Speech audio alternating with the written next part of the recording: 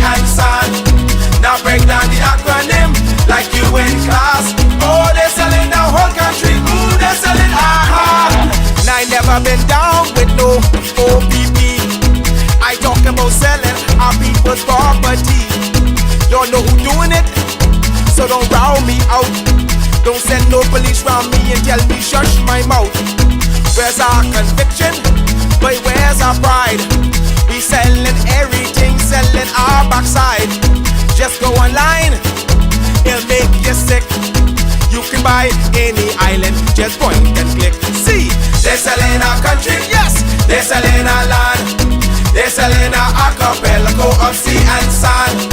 Now break down the acronym like you in class. Oh, they're selling the whole country. Ooh, they're selling aha. Hey, hey. Ride him. My mother always say, when you find a donkey, ride it. Who's donkey? Come on. We got a whole nation in 73.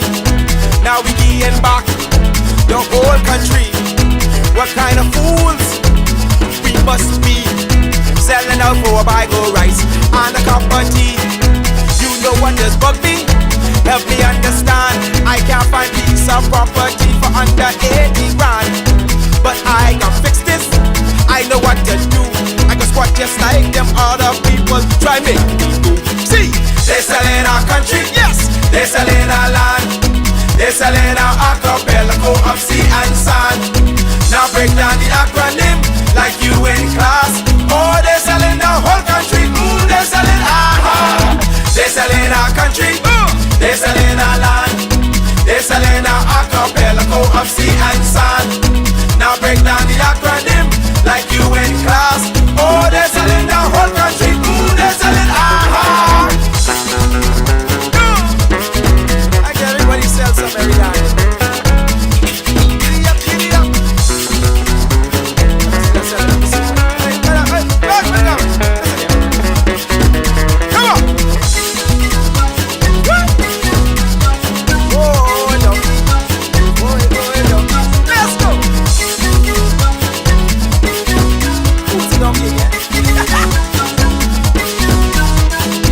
They're selling one island, give away one key.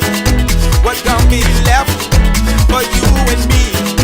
It's just the example, what's our kids to do? You want them have a sense of pride, or go selling too. Cause they're selling our country, yes, they're selling our land. They're selling our archipelago of sea and sand. Now break down the acronym like you in class. Oh, they're selling the whole country. Ooh, they're selling aha. They're selling our country, yes, they're selling our land. They're selling our archipelago of sea and sand. Now break down the acronym like you in class. Oh, they're selling our whole country. Ooh, they're selling aha. They're selling our country, yes man. They're selling our land. They're selling our archipelago of sea and sand. Now break down the acronym like you in class. Oh, they're selling the whole country. Ooh, they're selling aha. They're selling our country, yes, they're selling our land. They're selling our archipelago of sea and sand. Now break down the acronym like you in class. Oh, they're selling the whole country. Ooh, they're selling aha.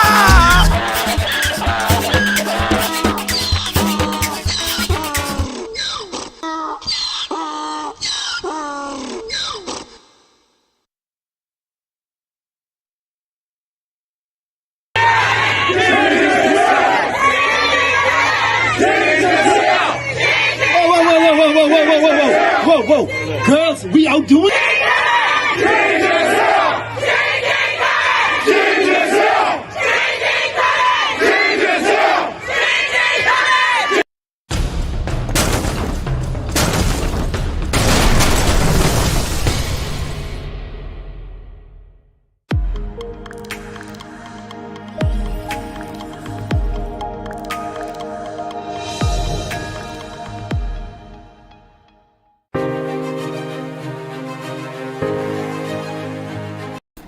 Library here in Marsh Harbour. That's the fire high bank apartment is in here. And one is gone. Another one is on the way. They now have probably could save the other buildings. While everybody is here trying to get that shot. Got the chief of police, he's there. He's there. Everybody who's the chief is here. I is here. I'm trying to assist wherever I can on this unbelievable fire that don't want us because the PLP is the government and they don't care. We're live. That's Cable Bahamas. Gone. There's the plane. You gotta watch him dropping water. Yeah. You gotta come on the way too. The police tell me I gotta get out the way because the man can drop water. He drop water on you too. I get out the way. What about the fire on them fire people do it? I'm gone before he drop water on me and break my neck. Kai cares.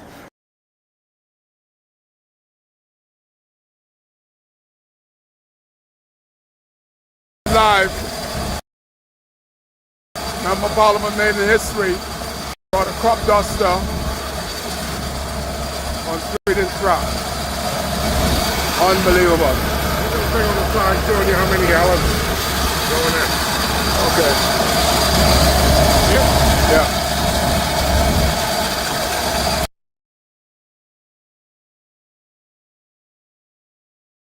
Live. Member of Parliament made in history. Brought a crop duster to drop water on street and trap. Unbelievable.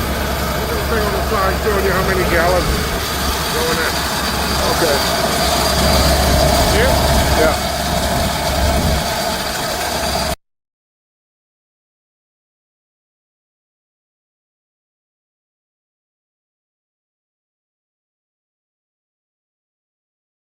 Everybody here, just like me, is taking videos of history in the making. That they brought a crop duster. This used to be a crop duster back then when we had the sugar cane. That everybody's here to see. Even the MP. Look at the MP. The MP making news. He brought a crop duster here. My boy here from Custom here. John Bender, everybody here. 7 hours it took for them to get here. And this is the excitement in Habour. The last time one of these was in Habour was during the sugarcane era, these crop dusters. And I had to get the video for the Bahamas to know that we needed a plane from Texas. Old John Bender, working hard. Can't get re-elected. This ain't getting re-elected, but John gives the thumbs up. They made sure I brought a yellow plane to certify that the PLP is trying to help Habour 3 years later. Unbelievable. Unbelievable. It's excitement in Habour as everybody's here. I am taking note as to soon to become next member of Parliament for North Habour. We don't need to have 7 hours flight to drop no water, nobody home. Kai, Mills, gonna make sure that we have a proper fire department in North Habour. 50 years of crop dusting, water dropping plane had to come from Texas. 7 hours, 1 month of burning. They made it. They're excited, but I'm not excited. People already lost their home. But this is the video.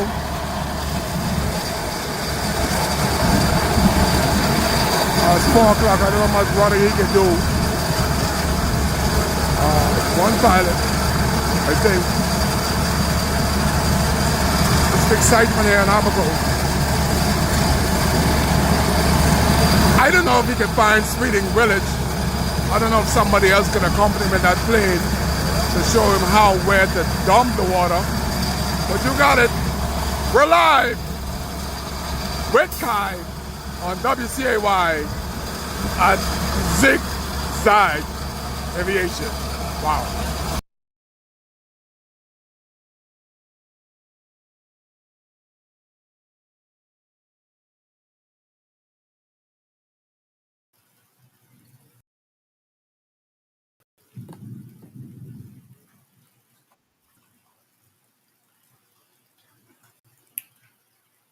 Good afternoon, ladies and gentlemen. We are here and we are live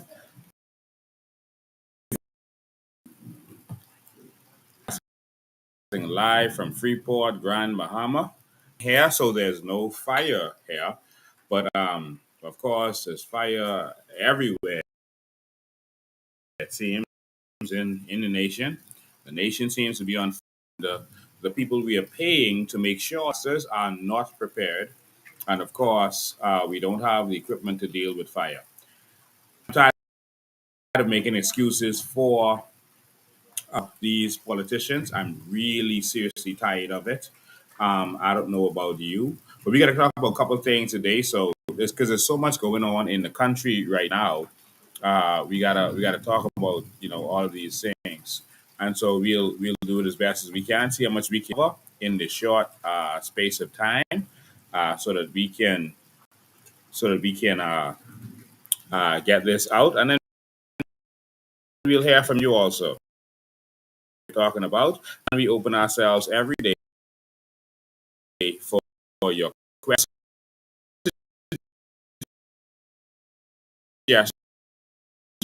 and everything else.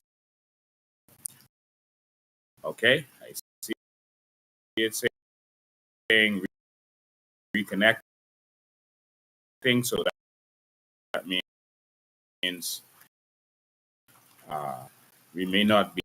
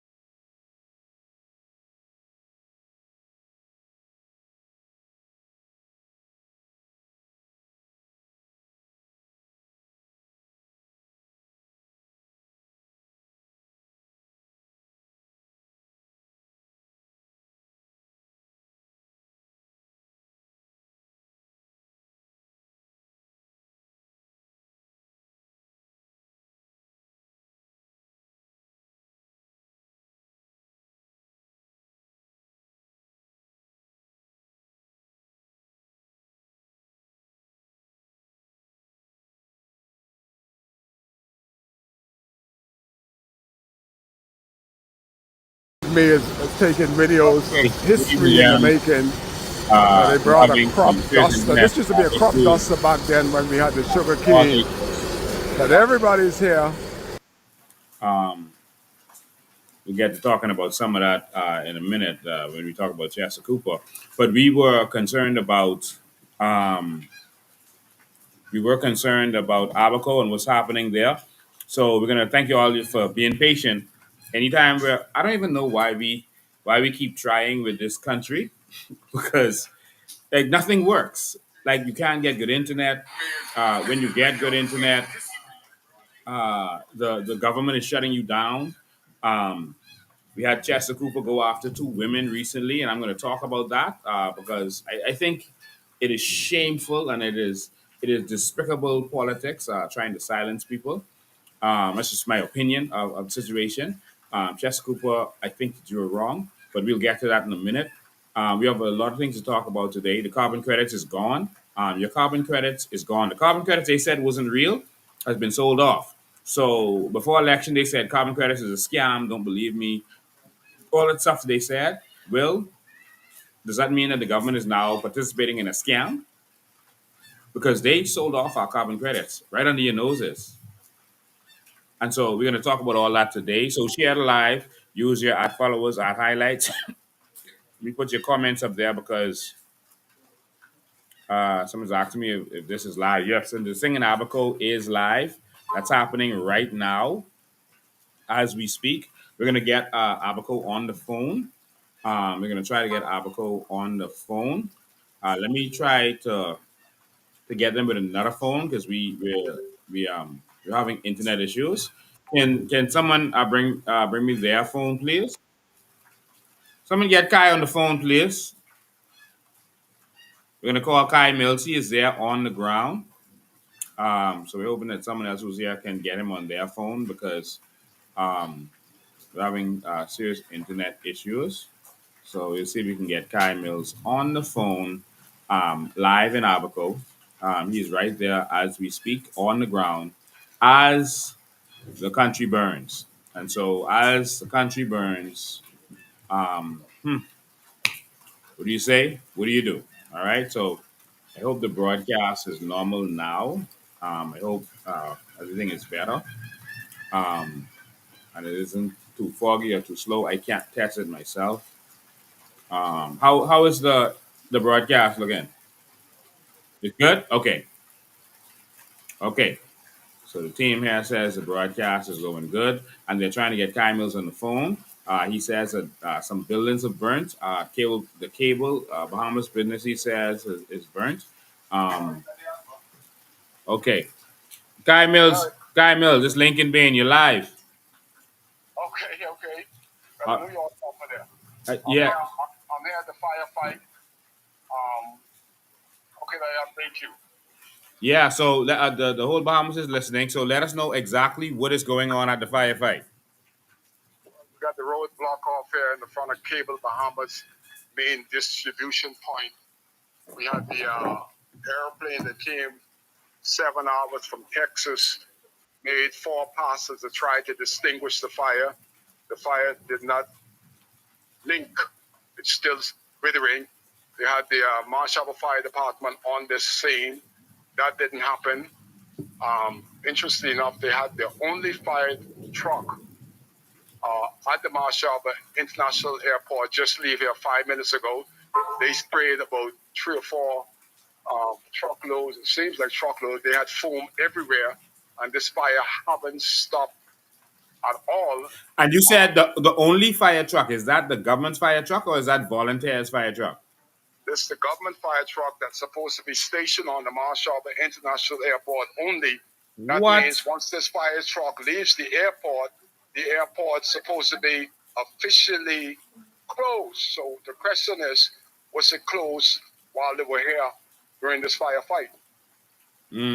The ground is covered with foam from the fire truck at the Marsh International Airport. My thing is that I hope they have more foam in case they have incident at the airport because it's smoky and the visibility is poor at the airport. What if a plane crash out there? Do they have foam? Do they have resources to help those people when they came down here to Cable Bahamas and didn't make a difference. The fire is still burning out of control at Cable Bahamas. Wow. Wow. And Okay. I've been on to every fire that started here in Abaco for a month now. And the good thing about what I do is that the Coalition of Independence, Kai Milson, his personnel, we care because we are alerting people of the danger. If people that work, I'm letting them know that you need to come to your house to try to save your house. We have lost some homes here in Abaco because it's too much for the Marsh Harbour Volunteer Fire Department. These guys have been working like dogs around the Wow. clock, and they're still here up to 3 o'clock in the morning. They're still fighting fire.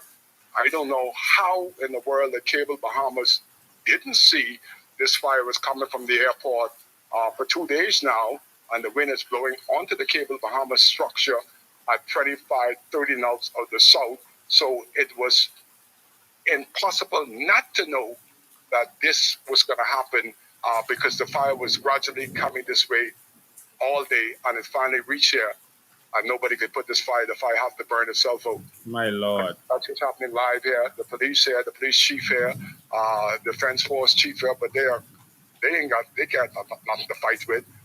The Marsh Harbour Fire Department, they just give up. The airport fire department give up. But this one structure continues to burn. I don't know what's inside of it, but it wouldn't stop burning. That's live right here on the airport road at Cable Bahamas. Main structure is still continuing to burn while the workers are trying to pull things out of there in case the other structure begin to do likewise, and probably will do that tonight because of the heat from this one building that's burning. Wow. Okay, so it's under control now. Not under control, it's still continuing to burn. Like I said earlier, you had 3 different fire departments here to fight this thing, and it's still burning as if no water, no foam has gone on. I don't know what Cable Bahamas have inside there, but it's a stubborn fire that foam doesn't stop it. The airplane dropped water on it 4 times, didn't stop it. The Marsh Harbour Fire Department dropped water on it and it's still burning, Wow. out of control. That's what's going on live on the airport road here in Marsh Harbour. My Lord. Well, us here in Nassau, we're definitely gonna. Well, I'm in Grand Bahama, but us here in the rest of the Bahamas, I should say, are gonna keep you all in prayers. We need something to happen in our country. It is absolutely unacceptable that we don't have the proper fire equipment in this country, and it is a failure on the part of every previous administration. This is not just the PLP. This is the FNM and the PLP who have failed the Bahamian public on this, and we're going to talk about that some more in a sec. But thank you for being on the ground and for letting us know. You can continue to send us videos as needs be. Okay. Okay, appreciate you calling, and that's what's going on live here in Abaco. And one thing, Lincoln, you have to keep hitting on: $58 million of wastage and not one fire truck in Abaco. Wow. $58 million over Not 50 one? years of government and not a single fire truck by the government in Abaco. 58 Wow. million is the number that's going to bring us the government of the country. People needs to realize and understand what is being going on. 58 million is what we know of they spend. What about Wow. $1 billion if they spend that? We don't know because there's no freedom of information. Here comes another Marsh Harbour Fire Department truck, or the same one is back again. But the question again, Lincoln, is the airport officially closed because the fire truck is here on site at Cable Bahamas? That's them coming in there now. I got to take a shot of them coming back again to try to put this out again. My Okay. Lord. My Lord. Lean this over. It's just like a war zone here. Fire truck on the ground, the plane overhead dropping water, and this truck still wouldn't relinquish the whole of burning. High Right. cares. That's why we're here live. Coalition on the ground, as always, in Abaco. Well, hopefully some of this rain. Thank you, Kai. Hopefully some of this rain that is hitting Grand Bahama right now. This serious rain that you can see behind me.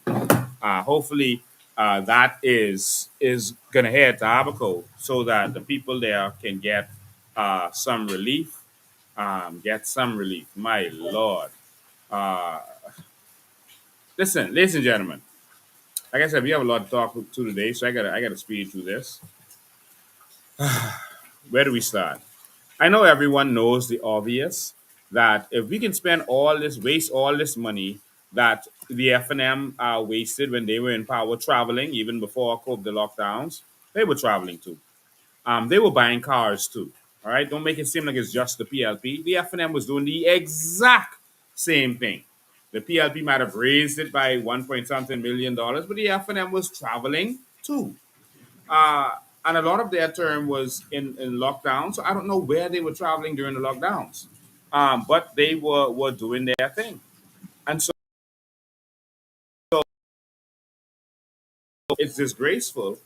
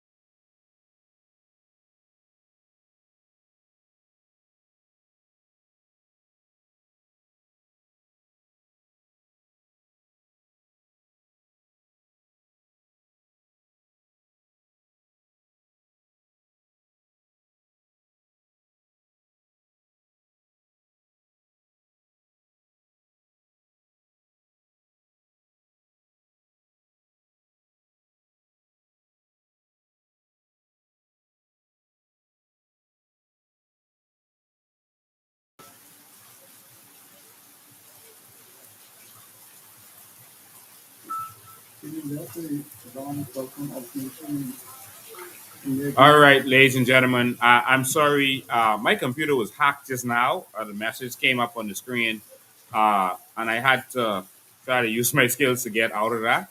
But my computer was completely hacked. It totally shut down. It went berserk. Give me. I need the other phone, please. The one I was just using. It went totally berserk just now. Um, and I do believe it's government interference. That's what I believe. Um, yeah, that's what I believe. Oh boy, I don't understand why they feel that people should be silenced and people shouldn't have their opinion. I'm going to talk about Chester Cooper and what he did in a minute. Two Bahamian women had them viciously arrested and held. I'm going to talk about that in a minute. Just trying to get everything up and running and trying to put a safety net on my computer so that we could try to avoid what happened just now. Yep, literally, I was hacked. Um,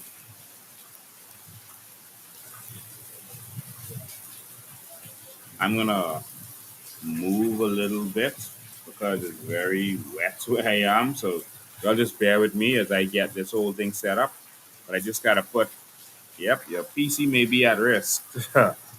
uh, okay, don't worry about that. I got the skills I need to stop whoever is doing this. Okay, good. All right. Why was Gomez an indigenous Bahamian charged for building on Crown Line? We're gonna get to that story in a minute. I got videos and stuff with that. Um, but it's getting very wet where I am, so I gotta move. So y'all just bear with me for a sec as I get set up.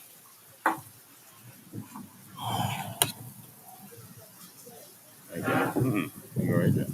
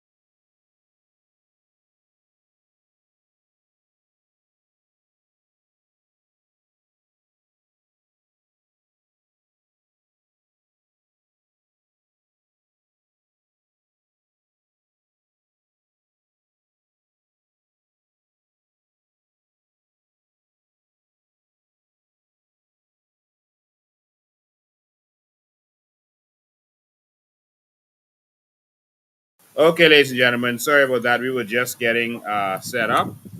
I had to change my position. Um, yeah, had to change. Yeah, boy, some serious weather is coming. So we'll see what happens with that. But I'm going to stay out here for it. Okay, perfect. All right. So I was just cyber attacked while doing this live. So just bear with me. We had a serious cyber attack just now. Um, um, Give me one sec. We're still setting up. We just decided to move out of the weather. There's another phone.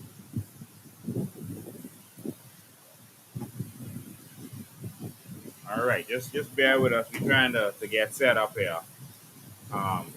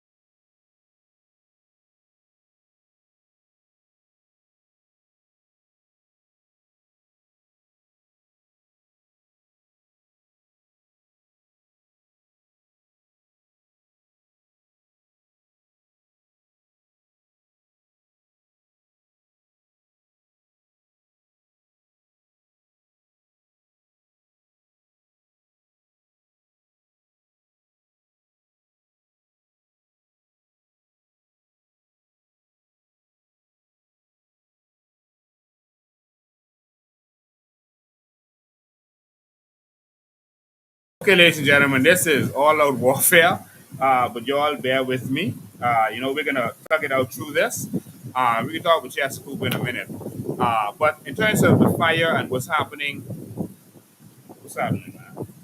Okay, in terms of the fire and what's happening with the fires, uh, like we were saying, even if you let them party away the money, like the FNM and PLP did, not just the PLP, nothing that the PLP is doing that the FNM didn't also do. Nothing.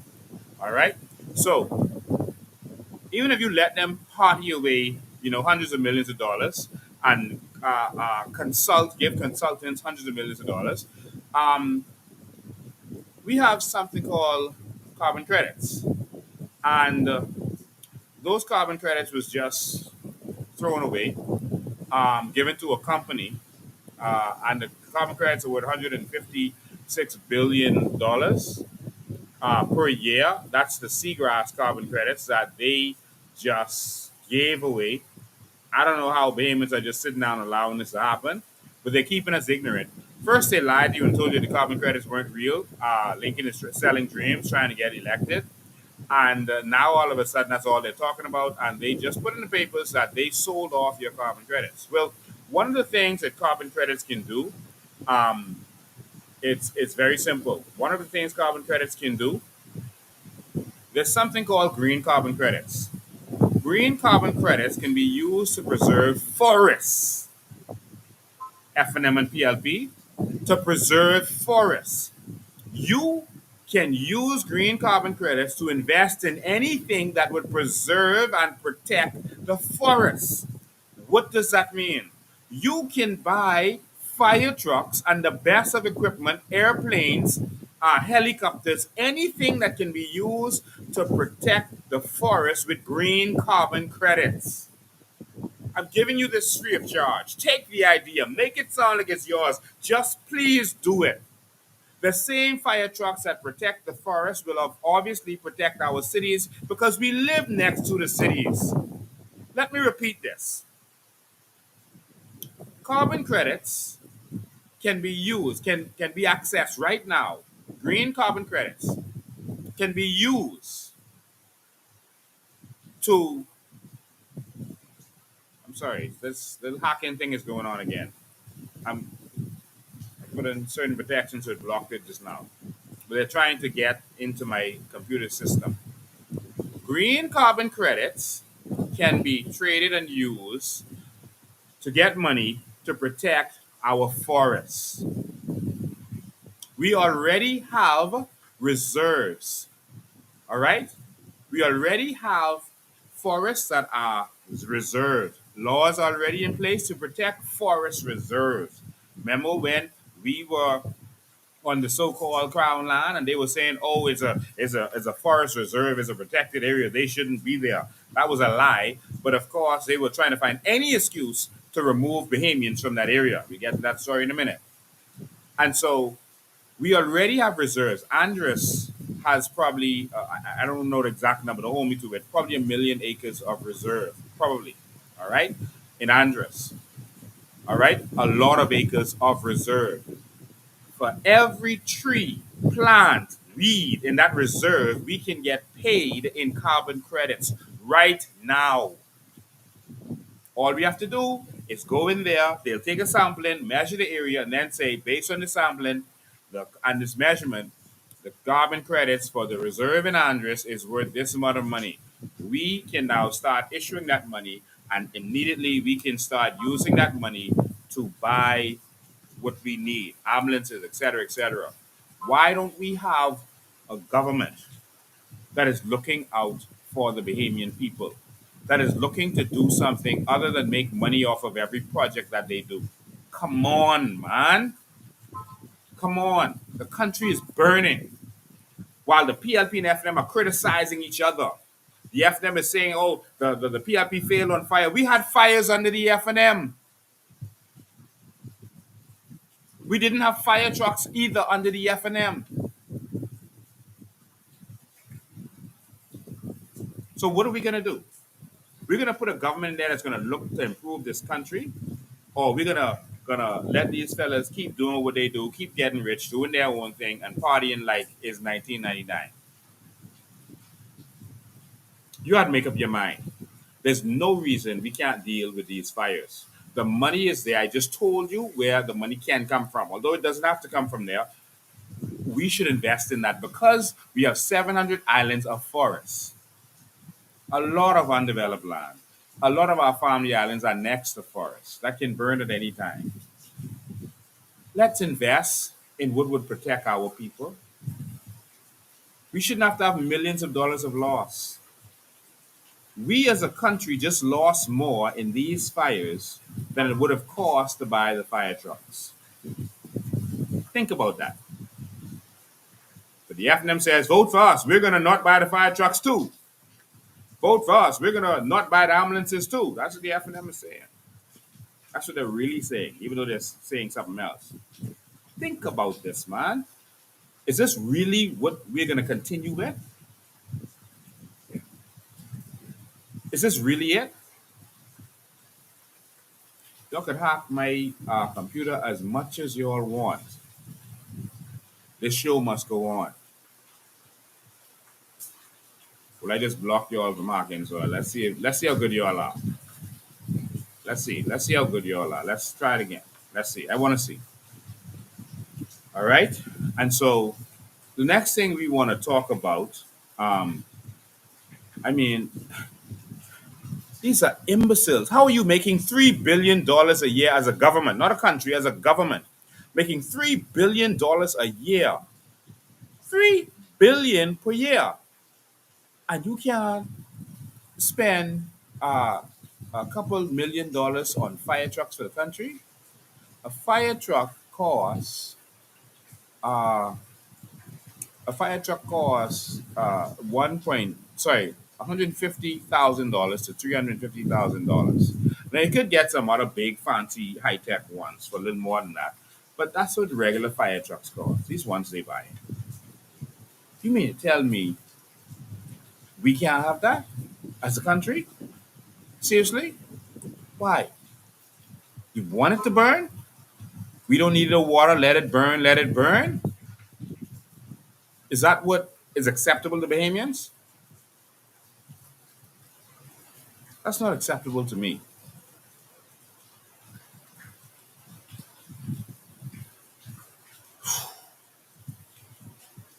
All right. So I want to show you something before I come off of the carbon credits and the fire thing. Um, the government has just given our carbon credits to a company, and that company, just go and Google it. I want to speed through this, all right? Because I want to hear from y'all too. That company now has access to seagrass, which is worth $156 billion. The company is in partnership with this other company that is in the name of Anthony Ferguson and another one of his employees. I've shown you all of the documents for this. That's not in the government's name. It's not in the name of the treasurer. It's not in the name of the prime minister. It's not in the name of our country. It's in the name of Anthony Ferguson, when I saw it last, and one of his employees. And that employee doesn't even work for Anthony Ferguson anymore. I showed you all the documents on that. $156 billion.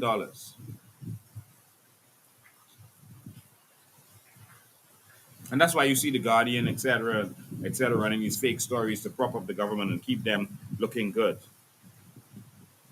The government is doing some things. You can't take that away. There's some things that's being done. All right? But at the same time, I am upset when this thing that could benefit Bahamians and benefit if we use our brains is not being used to benefit our country. Come on, man. Come on.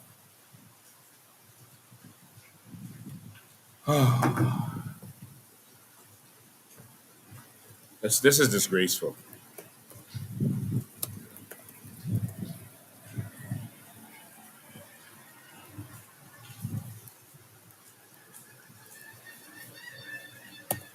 So, of course, you can see what we're going through. This is real time. This is real time and a real real time situation you see us going through. They're trying to silence us, um, constantly trying to silence us. And so it's just something I want you all to see right here. Here we go. I just want to show you all this. Share screen. Okay, here we go. So this right here is the carbon credit prices. And so we got millions of acres of crown land. Um, each one of those trees are worth certain amount of credits. And that's why this is worth, billions of dollars. All right. Each tree, as you're driving through Andres and all you're passing is tree, each one of those trees are worth many, many, many carbon credits. All right. Each carbon credit right now in the European market, that's down a little bit. This was up to like 90 something dollars at one point, but it fluctuates. But this is the biggest one. It's $66.92. And so for every credit you get, you can trade on the European market and get that. The UK market is about $50. Australian market, 34 plus dollars. New Zealand market, over $50. Korean market. So there's a lot of markets there. Chinese markets, et cetera, et cetera. All right. Then there's the aviation offsets. All right. And then there's the nature based offsets. Okay. This is a voluntary market. Then there's the tech based offsets. And so I'll explain all of them in another show just dedicated to them. But the market is there and the market is ripe. All right. The market is ripe. Each one of these worth more than any company on BizX is sharing for. All right. So China actually is no, that's not that's yen renminbi. So that's not the most valuable right now. European Union is 68 point. So $69. All right, $69. And that's down 8% recently. All right, and so that's the value of carbon credits. Each tree, many, many carbon credits. I won't get into the specifics right now because I want to get through this. But all we got is trees in the all right. We can use not the ones they just got rid of. The blue carbon credit that was $156 billion just for the seagrass. That's not the mangroves. That's not the coral reefs and everything else. That can do sequestration. Um, that's just the the green seagrass. My lord, that's not seaweed, which is different grass. And we're just gonna let this happen. But okay, this is the country we're gonna live in. But I'm gonna fight until my last breath. All right. The green carbon credits is will come from the trees, and so we have 700 islands, 2,000 keys. And all you got to do to be able to cash in is make a part of it a reserve. You're not touching that, like how what do you call it? Central Park is a reserve, and they're not going to develop that. Make it a reserve that's not going to be developed, and we can even go into ecotourism with this. We can set up parks and reserves. We can set up reserves. Um, we can set up parks and reserves so that we can have tourism. We can have a different kind of tourism in these forests and in these parks, etc. That reserves it and preserves it. And now we can build these resorts that are nature resorts using the money from the carbon credits, and we make free money. And all we do is we use the money to reserve it. I don't know what to say about these people. All right, I don't know. Uh, Maybe we just want to be backwards. All right. The next thing I want to talk about, I'll get to to Mr. Gomez, who was harassed by the white police officer, Mr. Carroll, uh, on Bahamian Crown land. Harassed, and I have pictures and videos. All right, pictures and videos. That's my opinion of what happened. Because that's not what Carroll was sent there for. And there was a fake news story put out by our news on that situation and what happened. All right, it was an absolute fake news story, but I'm going to get to that, and y'all got to get used to that with election coming up. So next, I want to go to Chester Cooper and what recently happened.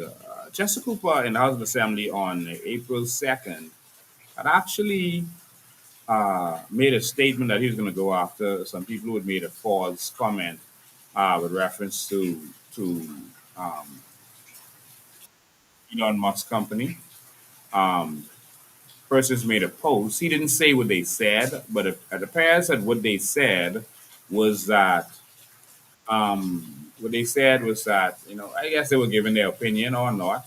Um, but it appears that what they were saying was that they feel like Chester Cooper was benefiting, has to be benefiting from this. Why would you just let this happen to our country? I think it was Bahamians crying out. And so that seems, in my opinion, to be what happened there. All right. Um, why would you just let these people come and risk and put our exuma at risk, our beautiful, serene exuma that, ironically, astronauts from space talked about the beautiful waters of the Bahamas, and a lot of it is exuma. And now you're letting a space program put us at risk. And so they felt, man, that's what they're saying they felt. I don't know that to be the case, but you must see get someone on the table. I know that's how people feel about politicians. And of course, Chester Cooper had them arrested. All right, there was two women, not them. The person whoever originally did the comment is still, I guess, at large. But there were two persons who shared it. There's regular Bahamian women, regular Bahamian women, regular Bahamian PLP women. Jesus, regular Bahamian women, and they were arrested. One woman was grabbed off of the job, was not even given a chance to tell her boss that what was going on. She had to leave. Was just grabbed um, and held for a few days. Um, that's all. This is what I'm being told. Two of the women, sorry, one woman. I'm sorry. That's a mistake. The other woman was for a separate situation. The woman was held. She was questioned, and she um she was charged and put before the court.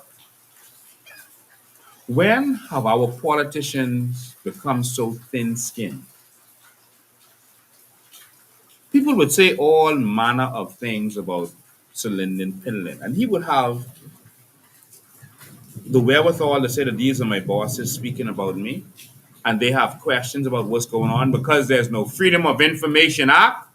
And when there's no Freedom of Information Act, the people are left to assume, Chester Cooper, y'all won't give us a Freedom of Information Act. You leave us to guess and make assumptions because y'all are keeping secrets from us and lying to us. How dare you touch a Bahamian woman, a Bahamian PLP woman? How dare you?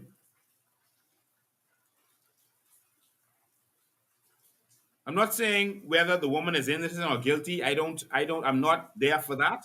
The courts will decide if she's innocent or guilty. I'm just speaking to a politician now in a separate way. Nothing to do with the case. All I'm saying is you leave us to guess what is going on in this country. You never told us what was happening in this situation. You didn't tell us in advance. You didn't do any kind of advising to the people. You didn't talk to the people to see what was going on. You didn't do any consultation. We just heard this happening on this date. It's coming up right now. With our beautiful land. How dare you? With our exuma. How dare you? And now, like this is some kind of Tun Makut, some Nazi regime. Bahamians are now being arrested for expressing their voice and their opinion, what they feel because of what they're seeing, because it doesn't make sense to them. Yes, come lock me up now for saying my opinion. Is this what we have come to, Chester Cooper? As a Bahamian woman, no criminal record, never been to jail before. I don't even think she have a traffic offense. That's a Bahamian woman who has questions about how the country is being led. Sometimes Bahamians are gonna word things incorrectly. People said all kind of things with Pinland. People said all kind of things with Ingram. You see Ingram suing the people for their voice. People said all manner of things about Perry Christie. All manner of things about Hubert and Alexander Menace. These politicians are using these laws like a Tantan Makut, like a Nazi regime. And y'all had better stop it before Bahamians rise up. Because y'all might be above the law, because y'all are controlling the law right now. But Bahamians are getting tired. Bahamians are getting tired. We are being abused. We are being taxed to death while y'all are partying and living your best lives. You know, if this was some other country, y'all wouldn't dare try this foolishness. How could you not have a Freedom of Information Act? Not account to us for what's going on with our beautiful land. Destroy our land. Give these people the go-ahead. Don't have environmental assessment. And then attack Bahamians?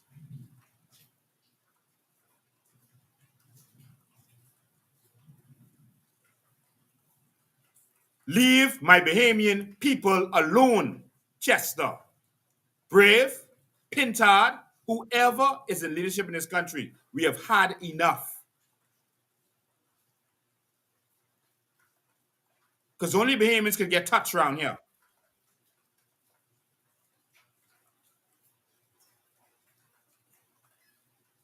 Y'all are stirring the pot for a revolution.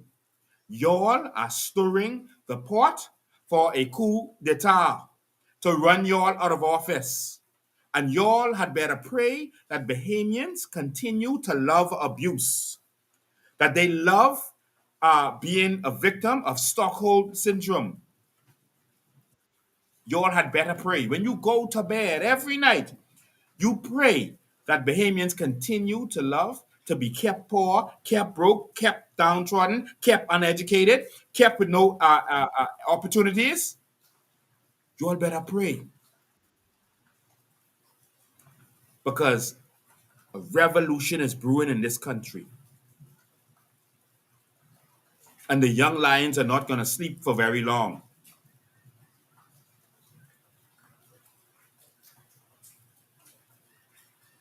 I wake up every day with a paid PLP troll making up a new story or lie about me. I believe in freedom of speech. And if someone is going to be stupid enough to believe something that a paid troll, someone who is paid to go out there and put lies out, if someone is going to be stupid enough to believe them, I don't have nothing to prove to that person. They can take that and run with that. You don't see me going in so many occasions. PLP trolls paid and controlled by the PLP. Having conversations with the PLP chairman many occasions. They've said many lies about me. On a daily basis, every day. I laugh that off and I keep moving to save this country for the Bahamian people. What kind of politicians are you? Every day, they got some new lie about me. I don't even respond to them.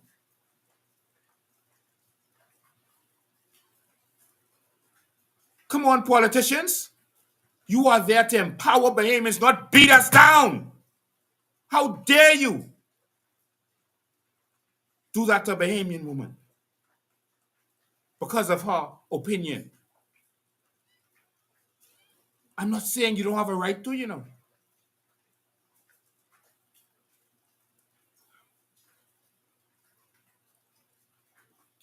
not everything that is lawful is needful.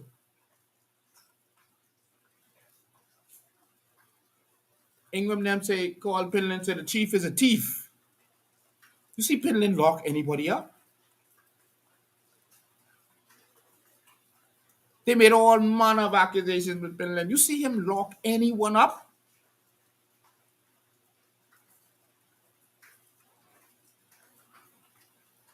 Stop touching my Bahamian people.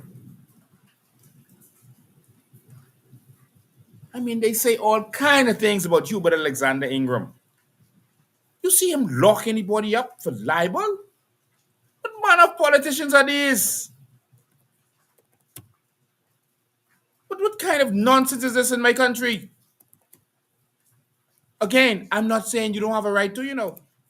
I'm not saying she's innocent or guilty. I am saying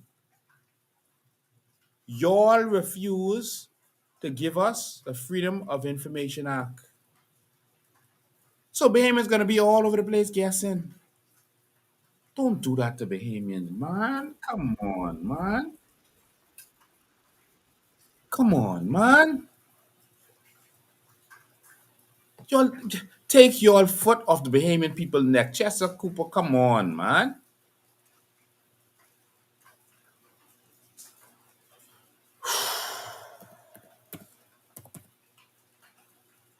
Bahamians, like I said, you might love the abuse.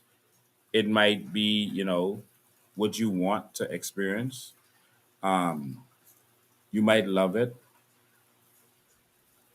getting nothing. You might. Um, but these people are not gods. And at some point, they're gonna need to be reminded that they are not gods. Okay? They're not gods. They can't just do anything to us and get away with this. It means you better rise up before you lose your country. Because everyone is getting rights to your country except for you. And now you can't even talk or state your opinion.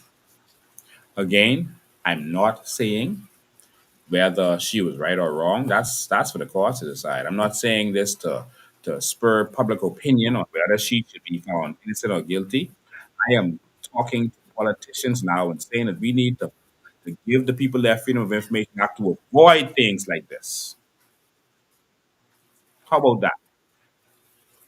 How about we give the people a freedom of information act and be transparent and accountable to the people so there is no room for guessing? How about we try that? Is that too much to ask? No way. Y'all want just do stuff and that could risk our country and just that's it. We can't question you. Well, I'm going to segue from there because I think that in terms of that situation, that was the stupidest decision ever. Obviously, it was a cabinet decision. Obviously, it was a cabinet decision. I'm going to ask that young woman to subpoena all of your documents. We're going to get a lawyer for that woman, that PLB woman, and we're going to subpoena all of your records. Oh Lord, they come lock me up now. We gotta get Lincoln. Did you say what he's saying? We're in trouble now. We're gonna subpoena every conversation you've had with reference to that matter. We're gonna subpoena all of your text records. We're gonna subpoena your emails. We're gonna subpoena it even in the United States. We want to see everything. Chester, I'm glad you locked that woman up. I'm glad. Again, if she is guilty, she should pay. This is not to say that she should win the case or that she did wrong or did right or whatever. Sometimes there's a time to do wrong. Like Martin Luther King said, there's good trouble and there's bad trouble. Martin Luther King knew that everything that he was doing was wrong. When he blocked the bridge, when he went in a restaurant when he was not allowed to do so, he knew that. He knew what he was doing was illegal and that it was wrong. But he felt that there's a time for everything under the face of the sun, and that was the time to stand up. That's what he felt. Okay, and so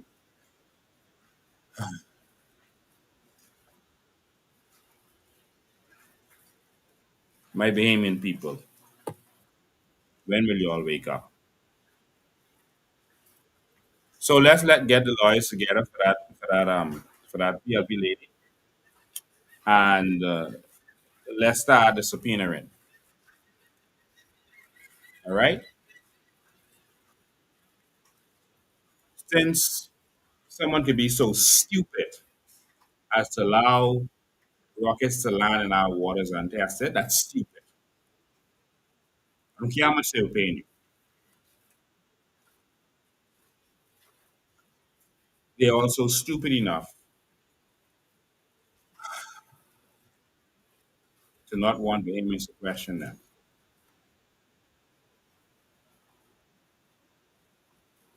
But this is what y'all like. Why we wear the red and the yellow. We just love abuse. And they just love to abuse you. Politician abuses you, doesn't give you the freedom of information act, tax you to death, tax you some more, and living their best life, traveling, partying, etc. And you vote for them, you are telling them that that is what you want. You want more of that. And so that's why it gets worse after every election. Because if a party comes in and they treat you like dogs, they talk to you bad, they tax you, are not transparent, and you ask them for information out and they don't give it to you, and you vote for them, you saying they want more.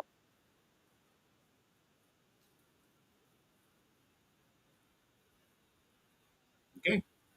Well, if that's what you want, this is a democracy, baby. Let's enjoy our beautiful democracy.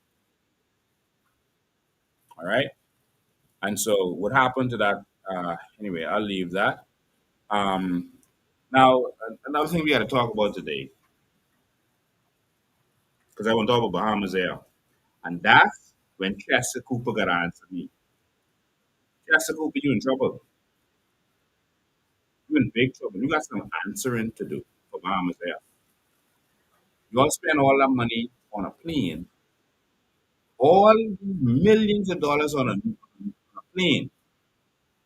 I almost say new, on a used 80-yard plane, and then scrap it for parts like Joneses, and then talk about the plane was is out for maintenance when you all know you all scrapping for parts. Ladies and gentlemen, I can show you all the plane. Oh Lord, let me try and knock the internet down before I get to that. I can show you all the plane. Yeah. Yeah, we went in the hangar and we took picture of the plane. They just had big news story that the plane is gonna be ready from so they're celebrating this and that. Anyway, we'll talk about that in a minute. Let's get to this situation with situation Crown Line. We're just going to touch on that a little bit because again, the topic that I put out there in the that was put out there for this live was that a Bahamian man was arrested for thinking he's Asian. All right, now Bahamians, you all know you love abuse. You all know you all can't do what foreigners could do in this country. How dare you go on the crown land and build. You're Bahamian. You have no rights in this country. How dare you? What are you thinking? You get locked up for selling coconuts during the lockdowns, while foreigners can have their whole setup on Cowpen Road with fruits, selling fruits, cow, goat, everything, coal, everything. You Bahamian, you don't have no rights. If you squat, they say that's a bad thing. If others squat, if others squat, they say it's a good thing. They leave it alone. In fact, they hide it. Who do you think you are, Bahamian young man? You need to catch yourself. You keep voting to have no rights as a Bahamian in this country. If you vote to have no rights in this country, how can you then try to have rights in this country? How can you? Well, let me tell you the full story. I'm going to show you the article that was done. Well, first of all, I'll start with this. No, let me show you the article that was done on this. And these people, they love their fake news stories because no one is going to challenge them and the government is going to protect them. They love fake news. They're going to twist everything that they could. They'll take some truth and mix it with lies. So here in this story, it says man accused of illegally building a home on Crown land. What law says it's illegal to build a home on Crown land? There are trespassing laws, but that's not what they say in here. What law says that you illegally build on Crown land? So, first of all, I want to make it clear, just like you're reporting on the story, I'm reporting on the story now. That man was not arrested for illegally building on a home on Crown land. He was arrested because when Officer Carroll, the white police officer, went there, who's known for harassing Bahamians, went there to harass him. Carroll, he was cooperating. Carroll asked him his name. He gave him his name, and Carroll did a search, a name check, and the name check saw that he had warrants, and he arrested him for warrants. He tried. Well, first they was having a back and forth. There was some kind of thing happen, and then he ran his name in the system and saw there was a warrant. He was not arrested for illegally building a home on Crown land, although he was being harassed for that. But of course, when they are harassing you for something like that, they have to find something else to lock you up for because they can't really lock you up for that. You understand? All right. So it's like you go after Al Capone. We can't get him on these, so let's try to hit him with tax evasion or something. So it's like when you encounter an officer and they ain't got you, and they frustrate you and cause you to start rounding them back, and then they say, "Hey, this all the behavior, gotcha. Oh, and you cuss too," and they start putting other charges on you. So the young man, I spoke to him myself. He's not on the part of the land where we are. He's on another part where they want to build. They want to expand the subdivision. I did a live and I showed you this already. They want to expand it. And he's right in the way of our homes or whoever they are. I just call the name right. So expanding and building their low cost homes right in that area. All right. Now here is the problem, and so this is the nonsense, bogus nonsense that they drafted up. All right. What if someone put their name to this article? NASA Bahamas published 2 days ago by our news. So no name on this. Wow.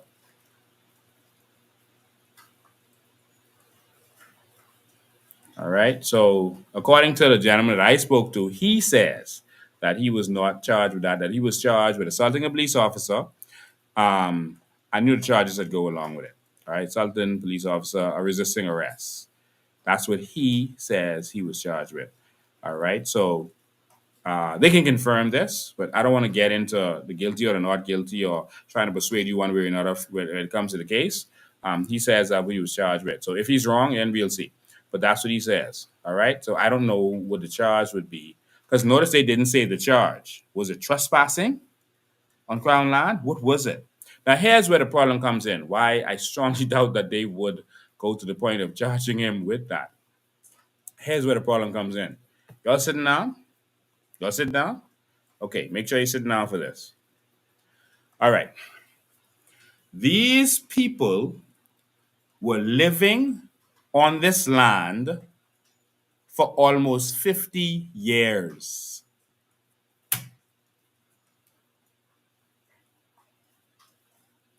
Living. His family was living on that land for over 50 years. His granddaddy was farming that land, taught his mother how to farm, taught him how to farm.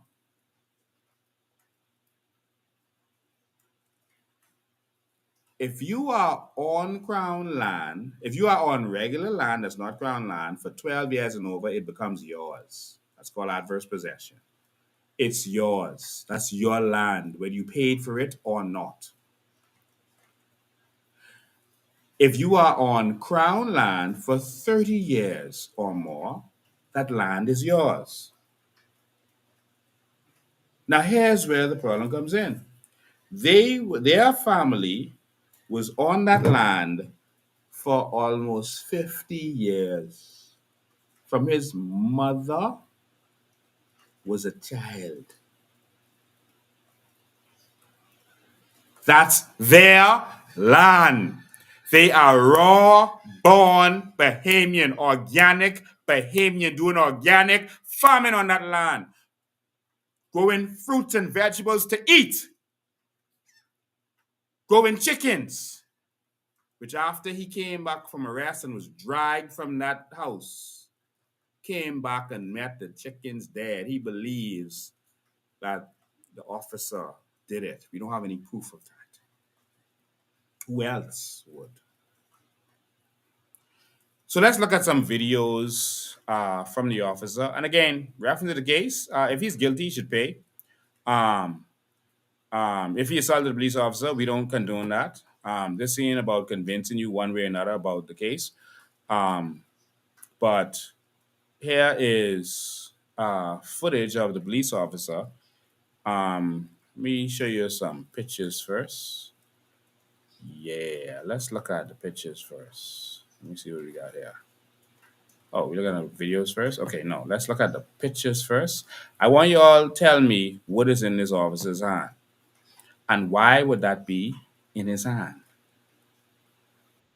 Someone explain this to me. I'm going to pull it up right now. Just give me a sec. I'm going to pull it up right now. Where is it? Where is it? Come on.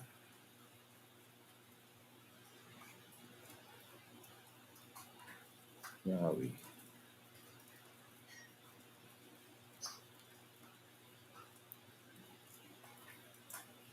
Okay, hold on. Thought we had this lined up.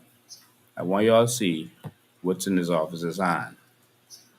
Hold on one sec. Let me just pull that up for y'all. Where is that? Sorry, when the computer was hacked, everything that was lined up kind of got thrown out. So let me just go back in here quickly. Just bear with me, so I can pull that up for you. I have to line that up again. This computer was hacked a second ago. Um, let's see. What is this?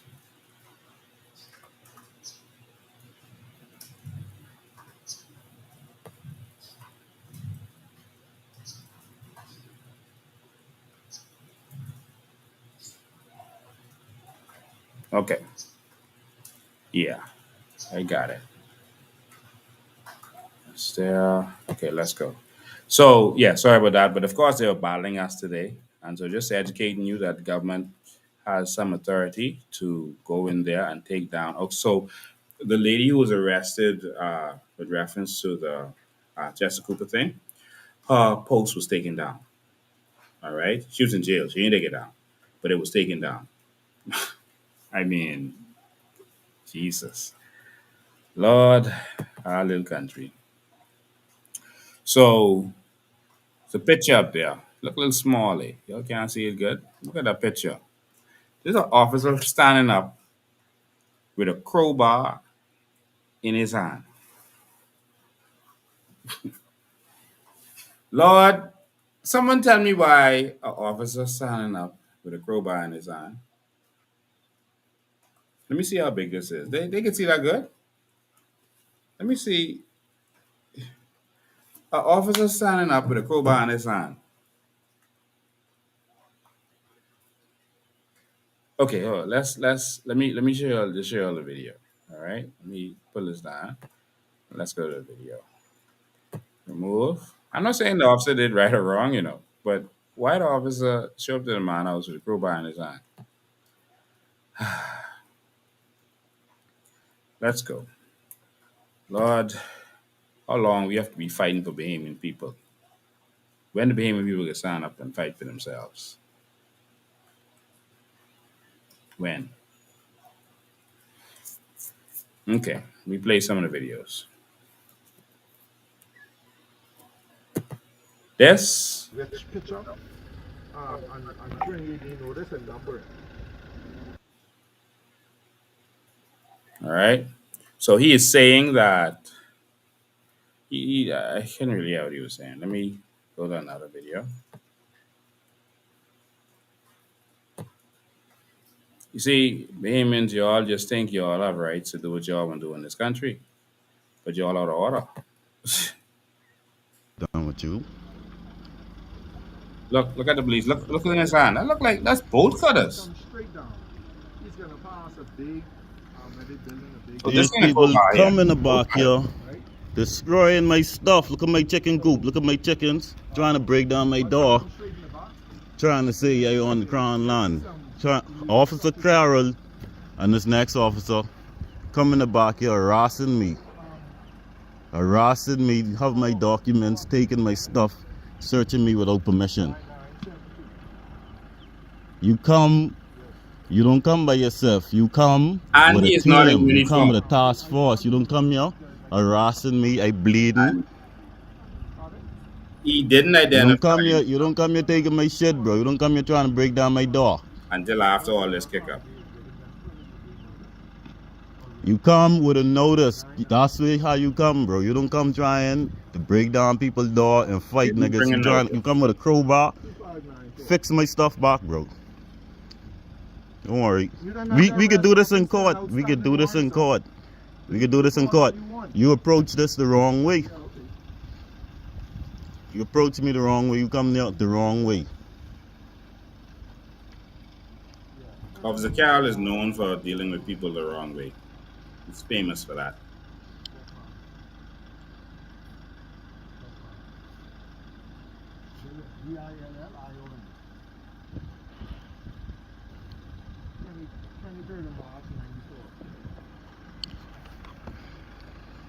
Got a crowbar in your hand. Throw over my chicken coop. Hey, you come here and you fight me, you take my IDs, you harass me, try to break down my door, you break down my chicken coop, you come all the way in the backyard on Crown Land harassing me. Hey. That is property you don't own. Listen. When This is could be it a personal, the police this job? could be a personal lawsuit Hold on. between me and you. When is it the police job to determine who owns property? The police don't deal with land law. How is it the police job to determine who owns property? The law says that the police nor a magistrate can deal with land law. It must be the Supreme Court. And he is shouting at the young man and telling him that he don't own the property. Okay, where's your complainant? Who's your complainant? Are you saying that Philip Brave Davis sent you out there? Who's in charge of Crown Land? Who sent you? Well, I was informed of what Carol was sent in the back there for, and it had nothing to do with what he's doing. But I'll let you all know in a second. This could be a personal lawsuit between me and you, between what happened here today. Because this wasn't the proper procedure. You come here with a letter, an eviction notice. You come here to put us in court. You don't come here and cause me to be bleeding and now my chicken coop on the floor. You costing me money. Come here the wrong way.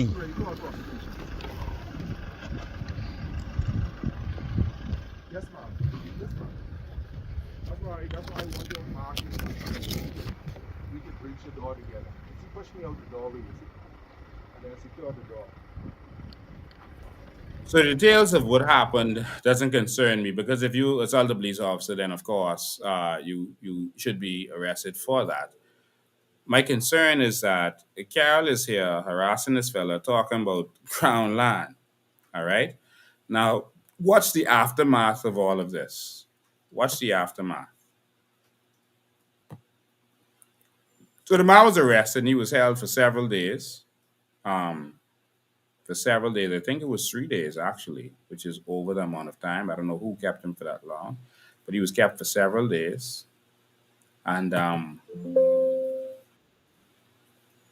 there's no justification. Again, that family has been living on that land for over 50 years. That's a elaborate, beautiful farm.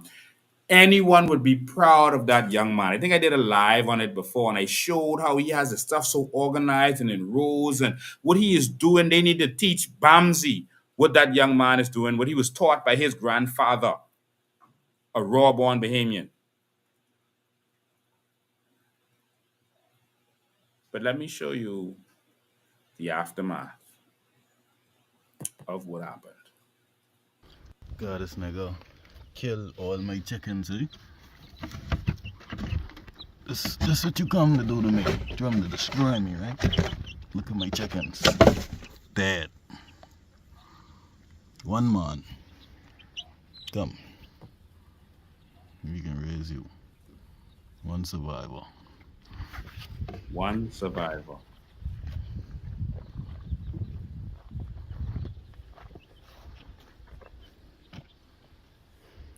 I think in the other video I heard him say he had about 20 chickens in him. What's going on?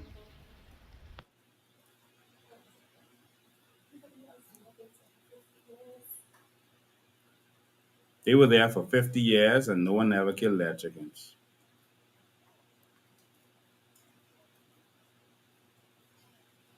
What kind of Tantan Makud is this? So I spoke to the authorities and they told me that Carol is in charge of an environmental unit. They now have a new environmental unit, and that unit's job is to make sure that the environmental things are considered. All right. And I spoke to the chief that deals with that. I spoke to the other, anyway, I can't say what I spoke to, but I spoke to the persons in charge, and they said Carol is now dealing with the environmental side of it. They have a new environmental task force. And so Carol was asked to go in there and look for environmental hazards if people are doing anything that affects the environment. They didn't send him in the back there to talk, but no one's supposed to be on Crown land or not supposed to be on Crown land. But he is taking it upon himself to harass. He told that young man he has to pay for land. He got to pay mortgage. And y'all could be living on land for free. Our Crown land. Now, this is the attitude that the white police officer has towards Bahamians. I mean him reconcile the other day, we talked, it was cool, and then they go and put him on this next task force and told him, go get them Negroes. But they told him to look for environmental hazards. These people got proper garbage displayed. You could see it. They don't have, listen, that place is spotless.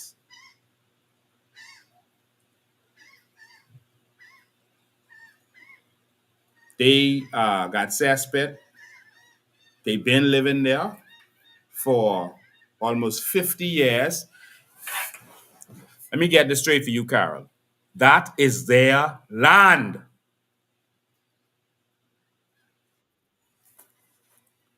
The law is that if someone owns land and is not using it for the good of society, that they are doing a wrong. This is the law, common law. They teach you this in law, in land law and law school. If you have land and you're not using it, then you are doing an injustice to society. And so if someone else comes and takes your land, takes the land and uses it, then the land goes to them because they have a use for it. The principle in land law, go do research, is that land is too valuable to be left unused.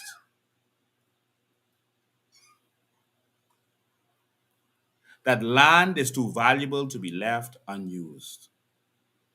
I have more videos there, but I don't want to really mix up and interfere with the case. I'm just dealing with the part of it where a Bahamian could be living on land for 50 years and the police come there, sound like he's jealous, and say, I gotta buy, and all this is on video. I gotta buy land, but y'all could be living on land for free. Now, I ain't see Carol not one day in any shanty town in this country asking them how they could be living for free.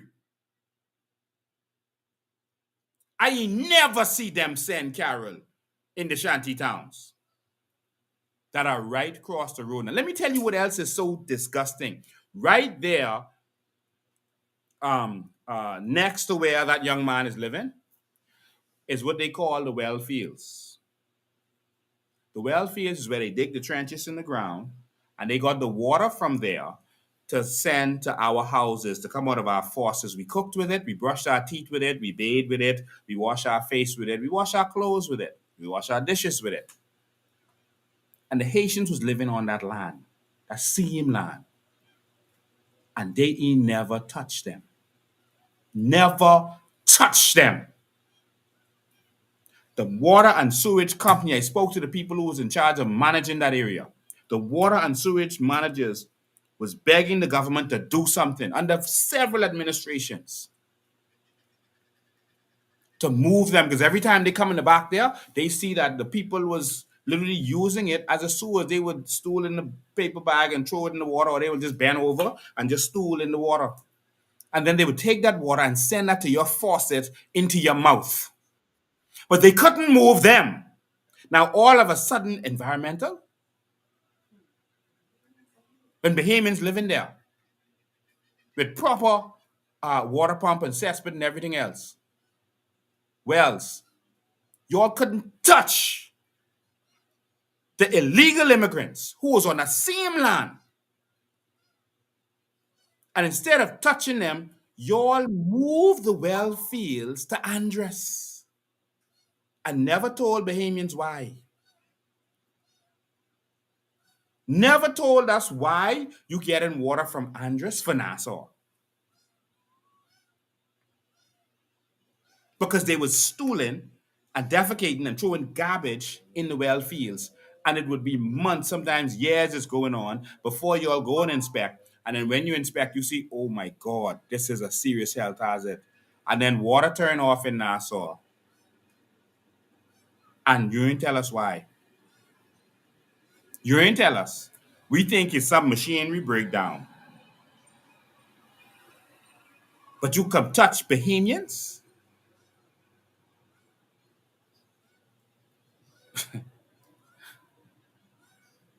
A revolution brewing, you know.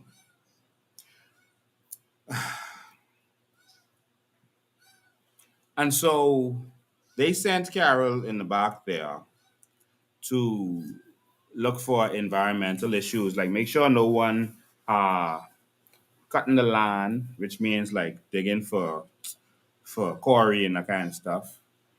And any environmental hazard. But let me tell you what happened.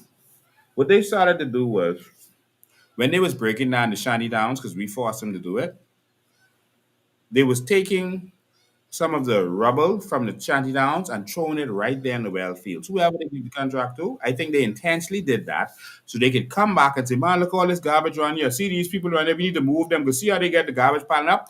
They started bringing, and I can show you all, I can carry you all in the back there and show you all can see that that's the rubble from the shanty towns. So that they can now say, oh, this environmental has in the back here. Look at these, look at how the people keep it in the back here. We need to run all them so we can make sure that this place stays pristine. That's how wicked these people are. And they moved Carroll because they got fought off before and they lost. And they moved them and put them to another excuse to come and harass Bahamians because they really want the land to put them people back on it. Oh, when they got the Haitians to move, they do what they did. They gave them land in Cowpen Road. They gave the legal immigrants land in Cowpen Road and helped them to move to Cowpen Road off of the well field. They ain't locked them up. They ain't dragged them before the court. Y'all see any of them got locked up? Y'all see any of them got dragged before the court? They gave them our land. Some of them eventually got papers. And their children got old enough to have Crown land in their name. And then they built shanty towns. And as Bahamians now, they rented to other Haitians to bring them in, to expand the shanty towns. And so whenever something happened, they say, oh, but Bahamians renting to them. But they don't tell you that's them other kind of Bahamian. Yes, it's one kind of Bahamian, but you know what I mean. They ain't touched them. But they keep sending the white police officer with a different excuse. First it was, oh, this is the forest. And we challenged them, oh, show us where this was gazetted as a forest. It never was. This is not a forest. All kinds of lies. The minister responsible eventually came and said he ain't fooling with this no more. He out of it. He see some things he ain't involved with it. Bahamians being done an injustice. That's Vaughn Miller. Injustice as it relates to Crown Land. He said he applied to and he ain't get none. The hell you send in Carroll? Y'all could cause us rise up in the back there, you know.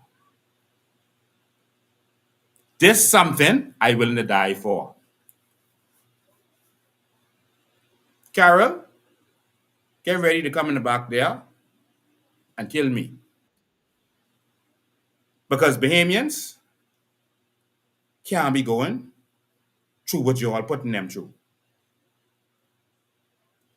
The foreigners come here, the legal foreigners come here and get all our land. The Chinese, the Americans, the Europeans get everything. Get all our beachfront. Get everything. They come squat on house and then put the house in their name. Yeah, foreigners. All in Long Island. They taking the people land. All in Lutra. Taking Bahamians land. Take the Bahamians land and give it on Half Moon Key. Give it to Disney. Just take it. All over this country, taking Bahamians land, raping, robbing us, destroying us, because there's no one to stand up for the Bahamian people. I'm waiting on y'all. I'm waiting on y'all. This our land. And this could be our Gettysburg. This could be our rise at the 300. This could be our last stand. Whatever y'all for, y'all ain't touch them people. Y'all come now with a couple fake demolitions of shantytown while they were pretending to break down shantytowns. Pretending. They was finding housing for each one of those people. Y'all saw we went in the shantytown Navajo and they told us themselves. They said, yeah, so the government, they come and put the mark on the house, and then they come and say, go to social services, and they can find you a house. When they find you a house or a housing or apartment, then they'll break down your house. And they break down the Bahamian house, and right next to him was a Haitian with a shop, no license, nothing. And they ain't touch him. Hey, Bahamas, it's a time for everything under the face of the sun, you know. And just like Jesus going and tear up and break up the temple, is a time for everything under the face of the sun. Carol, me and you go buck one day in that bush, you know. Me and you are gonna meet up. That's what buck mean. In that bush. Stop messing with the Bahamian people. Not because someone is a Bahamian and black means that they're not entitled to land. Don't come to conclusions about someone's right to be on the land before you know their right to be on the land. That land is not Crown land. I showed you all the documentation. The government tried to take 20 acres. They passed a law in our assembly to take 20 acres of that land. That's called the Carmichael Village Act, because they didn't own it. And they say if you don't come and make your claim, then they could take that 20 acres. But that's thousands of acres in the back there. You're looking for trouble in this country. I have one mission, and that's to stand up for our Bahamian people.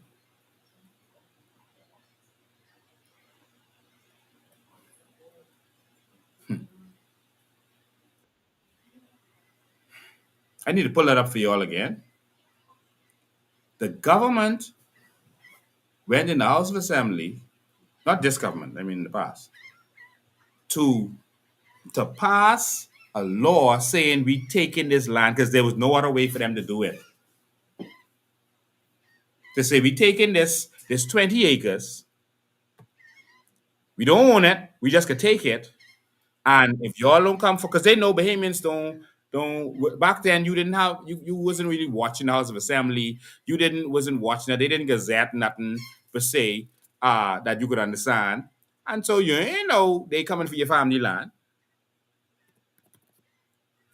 But they could have the gall to come around. You see the man with the thing in his hand?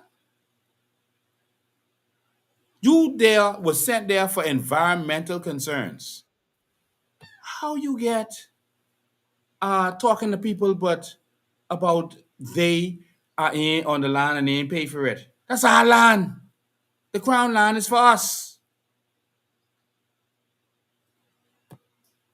What manner of hate is that? Hating your own self. Hating your own people. What kind of nonsense is this?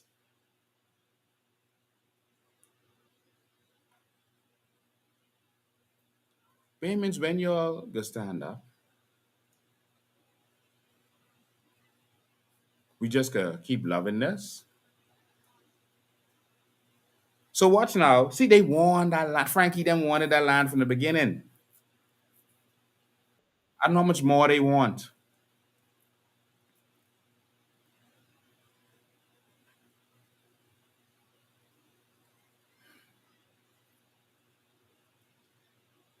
Look at Cowpen Road. That whole thing gone to them. All that they take over. They got another country in the country. But Bahamians on a couple acres, that's a problem.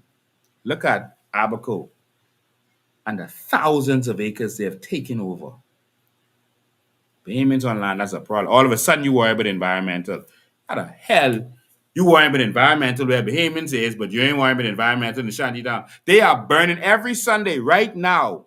Every single Sunday, they are burning garbage in the Shanty Town where we went and exposed the coal kill. And then the next year, Vaughn Miller show up now. All of a sudden, he talking about they found a coal kill. We done been from years ago and expose that. They bring the fire truck, bring the police and everything, and he ain't touch it. Right there. So he see that, but he ain't see them one filling in the swamp right there that we expose in our life. And he ain't see they have a whole garbage, part of the wetland they dig out, and they dumping all their garbage there and they burn it every Sunday, making the people living next to it sick. But they come in on the well fields worrying about environmental. Yeah, we got the videos of them going there every Sunday. Right where All Saints Way in the back there, where they broke down the shiny downs after they found housing for all them people. But first they let them cry a little bit on the news so they could make it seem like they was doing something. Then after that, they say, oh, when news gone, okay, yeah, just go to Soul Services. We got you. You straight. You good people. You good people. Bahamians pa boom. Foreigners boom.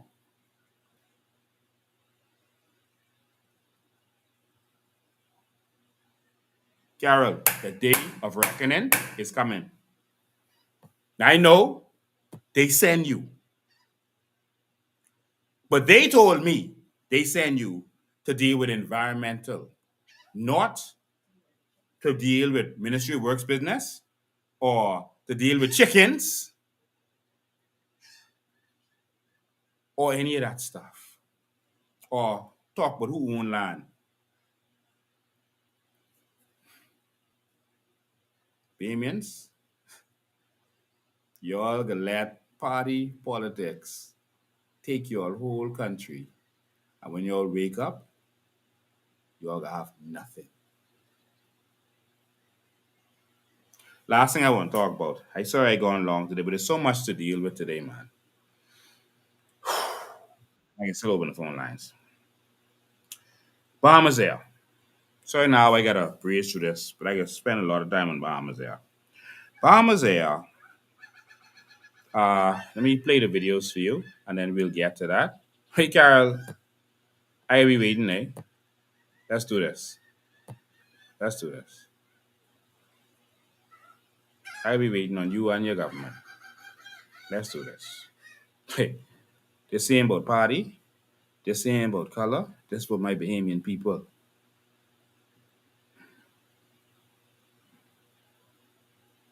Because the whole thing on video. This for my Bahamian people. You can't take nothing from us.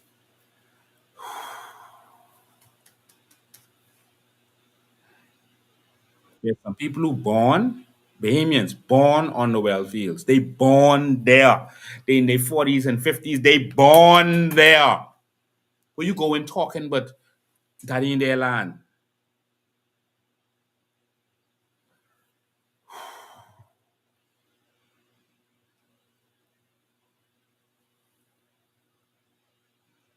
Okay. So I got two lying videos from Bahamas Air. Let's look at this. Bahamas Air ATR 72600 is on the ground, but not yet in the sky just yet.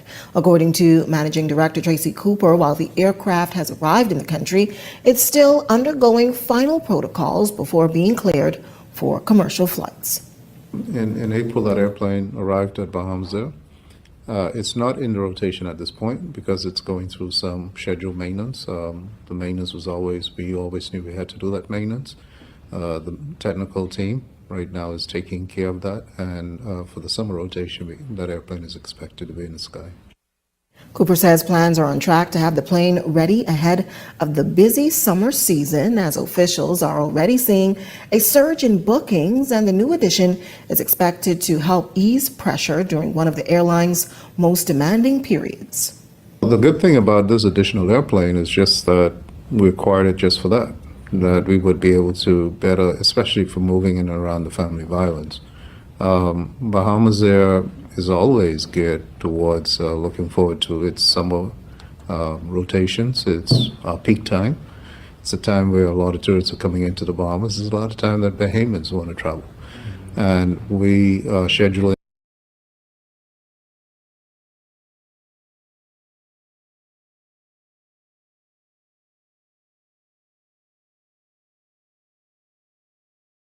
to help ease pressure during one of the airline's most demanding periods.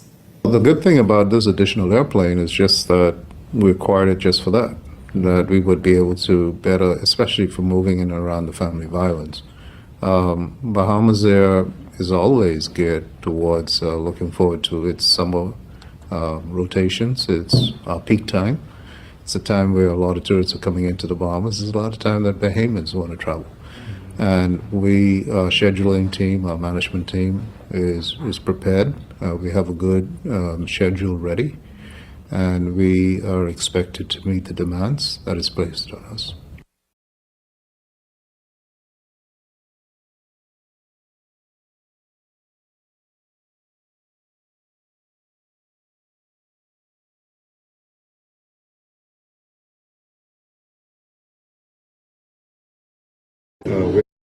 We've acquired an additional ATR 72 aircraft. It's a 70-seater.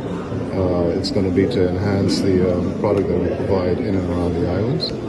And we're really happy to tell you that that airplane is actually in the sky. It left France this morning.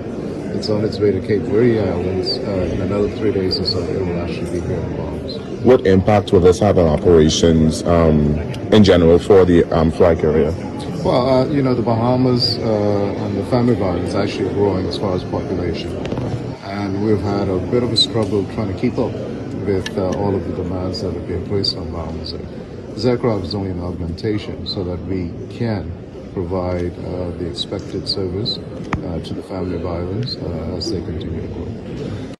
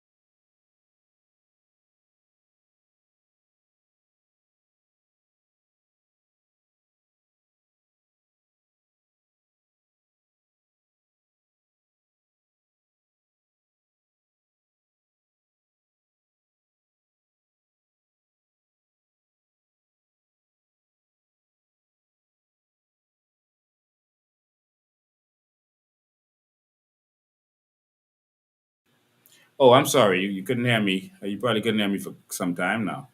Um, I don't even know what all I said that you heard or didn't hear. But yeah. So for all of those living in that area, that found land area, some who have been there for decades before we even came around there, yeah, what you could hear now. All right. And so for all of you, yeah, yeah, you should be able to hear me now.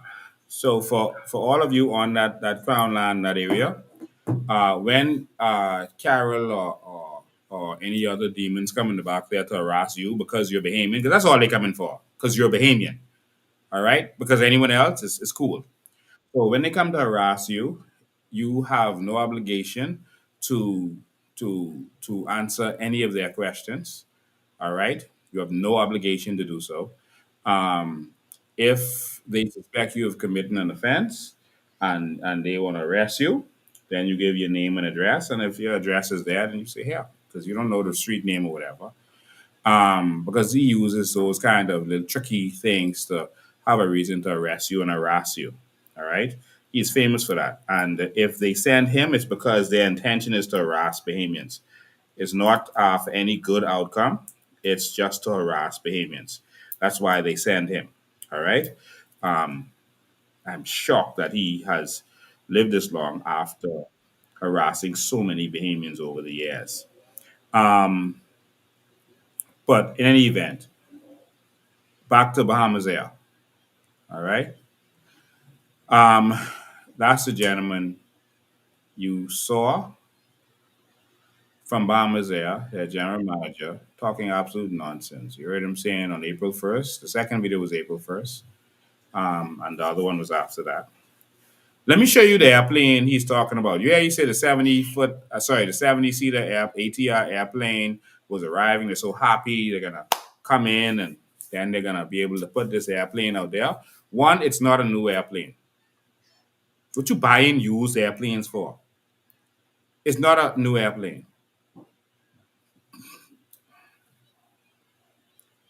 Or if it is, please explain that to us. Because why airplane has to do scheduled maintenance when it reaches? What's scheduled maintenance? What's scheduled? That just reach. What's scheduled? That just sounded like a good professional.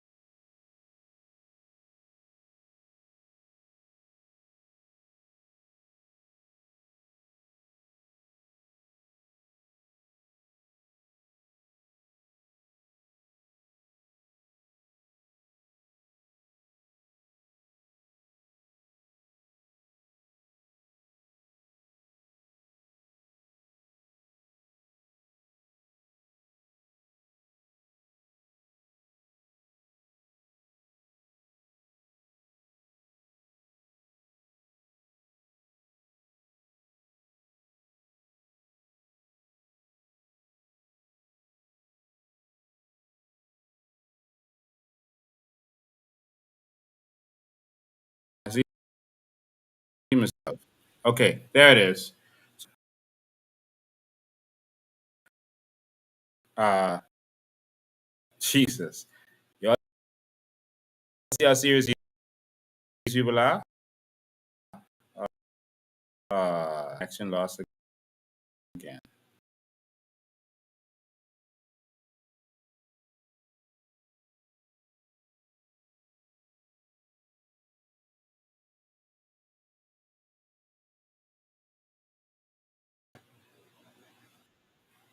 An additional 70.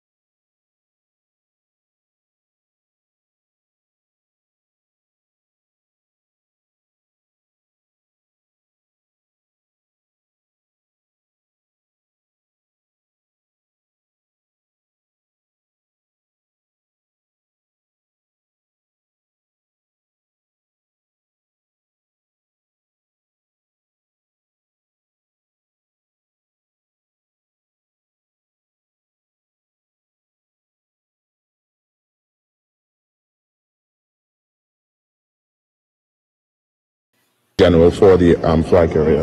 Well, the Bahamas and the family violence actually. Okay, look like we're back on. Look like knock some people off. We still got over 1,490 people on here. But let me get straight to this. I don't know why they think they could silence us. I mean, I know who fool them and think them they could do that. I'm gonna share these photos so y'all could send them around the country, so they could explain how they get from what he is talking about to what we're about to see. All right. So I just need him to explain that. Just please explain that little piece right there. That's all I want. Just explain that for me. All right. Not too much to ask. All right. Um, gonna pull them up. Day two was knocked out of place when they hacked me earlier. This isn't hack this time. This time interfering with the stream. All right. So let's see if we could get this on here for you. Hmm. Hmm. Yep.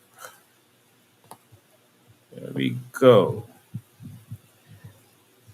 Now let's see. All right, gonna pull them up here right now. Just give me a sec.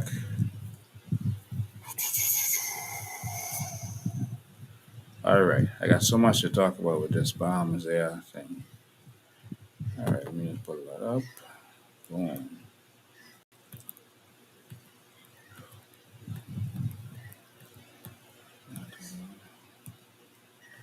Okay. All right. So again, make sure you're sitting down for this one. This is the plane he talking about, but maintenance. Y'all ready? This is maintenance. I want to share the screen instead of just putting up the pictures so you could exactly see. Where is it? There it is.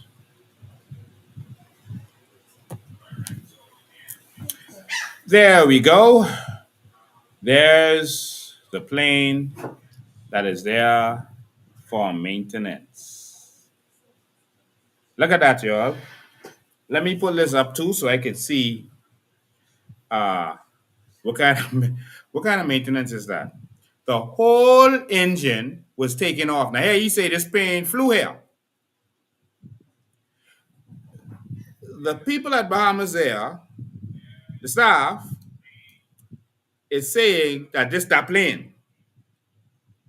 See, BFB, you can see it in there. That's the plane. BFB, the last thing up. BFB, that's the plane. And so look at that. Let me look and see how good y'all can see that. Let me look. Y'all can see that? Yeah. Look at y'all plane that y'all just spend millions on. It appears that what persons at Bahamas Air are saying is that they took the plane they just brought in, they bought it for spare parts, and they scrapped it and took the engine off, all the landing gear, the two engines, all the landing gear and all that off to put on other planes. Because ATR planes, you can't get parts for them, so they don't know why they keep buying these ATR planes because you can't find parts from. So they bought a whole plane to scrap. See there? Let's look at another picture. See where the engine should be? Right there. Look on the wing. That's where the engine should be. What kind of maintenance? Look at the bottom, the middle landing gear, the middle area. Look at it. This is in the hangar. Look. Look at this.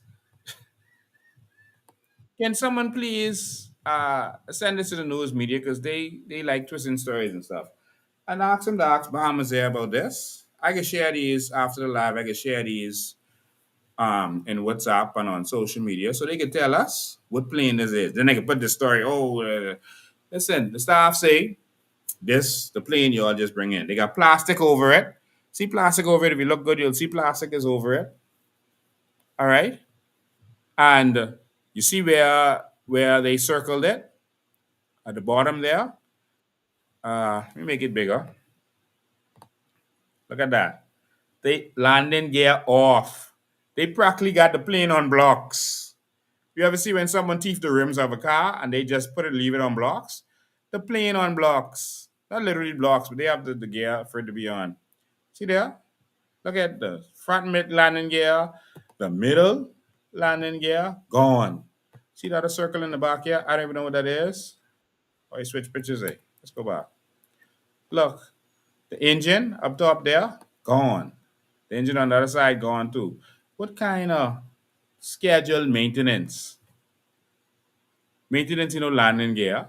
Where the landing gear? This, and see plastic all over it.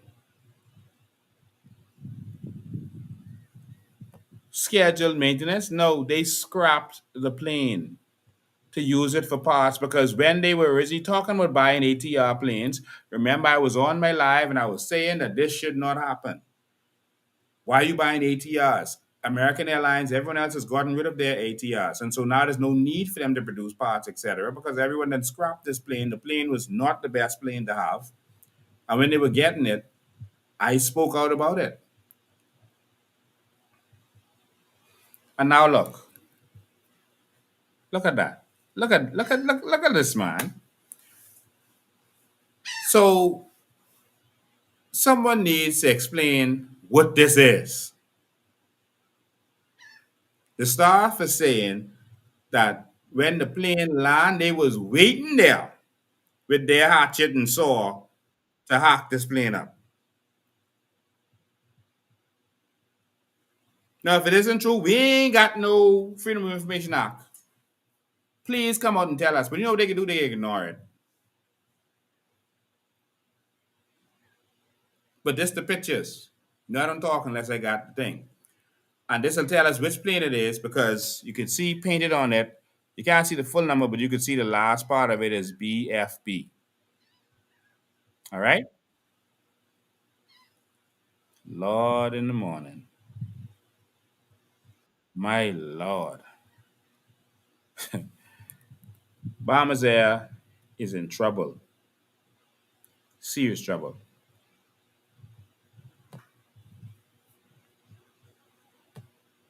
You see why they was blocking the live just now? You see? They didn't want you to see that. So we visited the hangar, and that's what we experienced.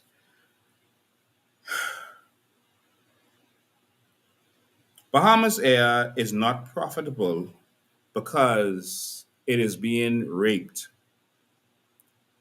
People, I guess, with certain connections buy the planes, buy the parts, and they pay off whoever they got to pay off. This is, I believe, happening. Um, and that's why it's not profitable. Right now, there's more. Right now, as we speak, just making sure y'all can hear me and see me good. Right now, as we speak, um,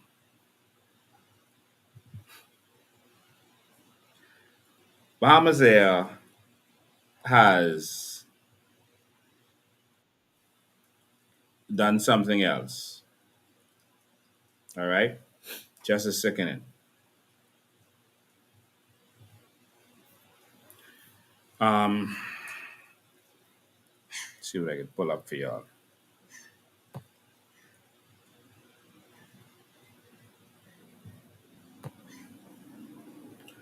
They've done something else. Whereas they had the baggage handlers handling the pushback of the plane. No, every time a plane has to, to take off, they have to have the equipment and the machine to go and push it back so that they could then go and take off. All right, they have a pushback. So the pushback services, what used to happen is the former ramp service agents of Bahamas Air, they were hired. They used to deal with the pushback, and they every 2 weeks they got $70. So that's bi-weekly.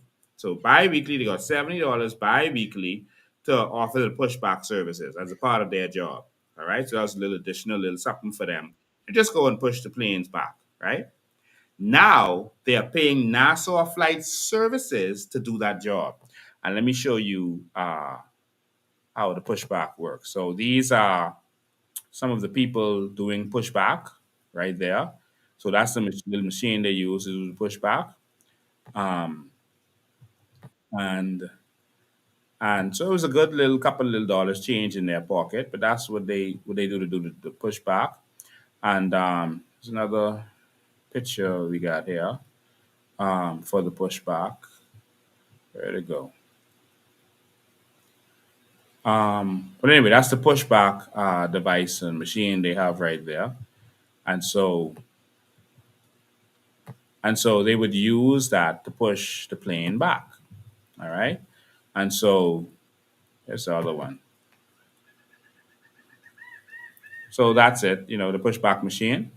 So guess what? Whereas they used to give the staff who's involved with that, you know, a little $70 bi-weekly to do that little push the plane back. You know, that's nice.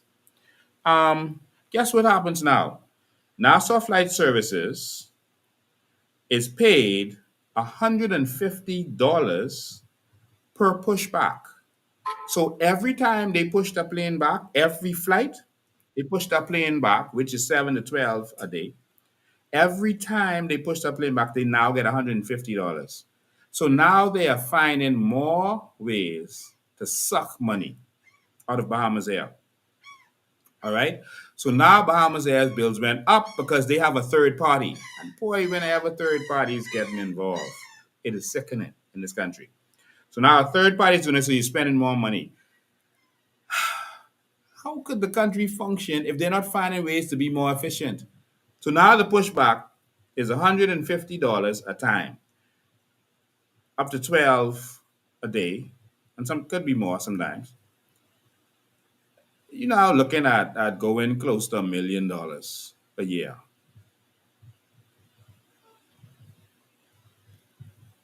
From 600 and something thousand to whatever, right? Depending on how much flights they got. All right.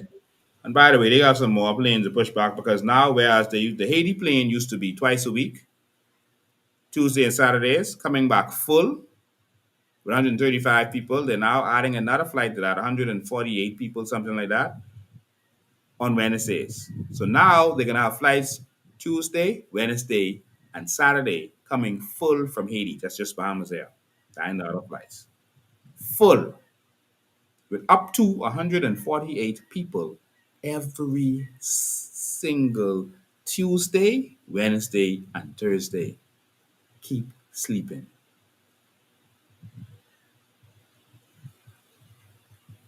Uh, and not only that, the equipment I just showed you, that's Bahamas Air equipment that Nassau Flight Services is now using, and they believe is for free.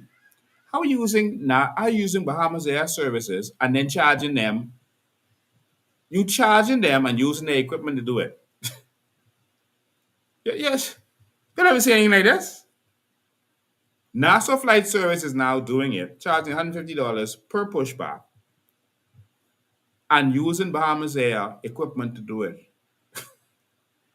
Only in the Commonwealth of Nania. So Bahamas Air already isn't profitable.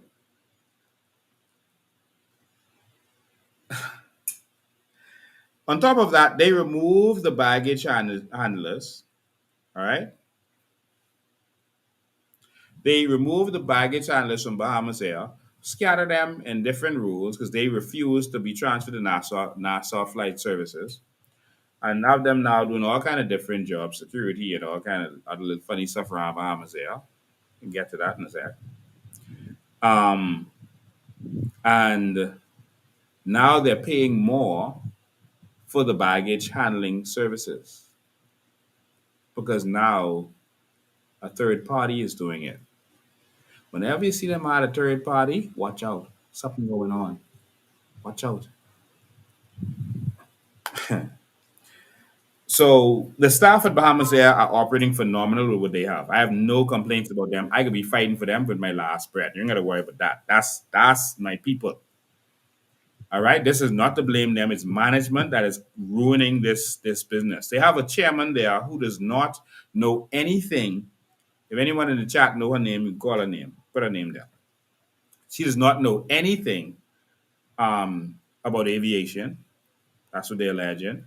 But they have her there because she is a political crony.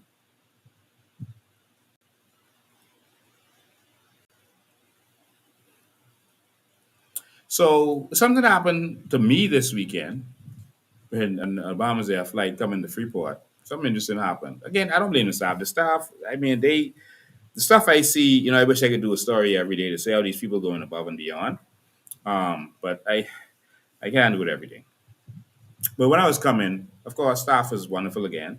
But what happened was, we were traveling together, and someone had my computer bag, um, and it was left on the plane. All right, it was left on the plane. Now, in Freeport, normally the security checks every plane before it leaves. So the security is supposed to check that plane before that leave from Freeport to go to Fort Lauderdale. So the plane left from Freeport, it goes Nassau, Freeport, then Fort Lauderdale. And that left, and my bag was right, my pouch, this was left right there on the plane.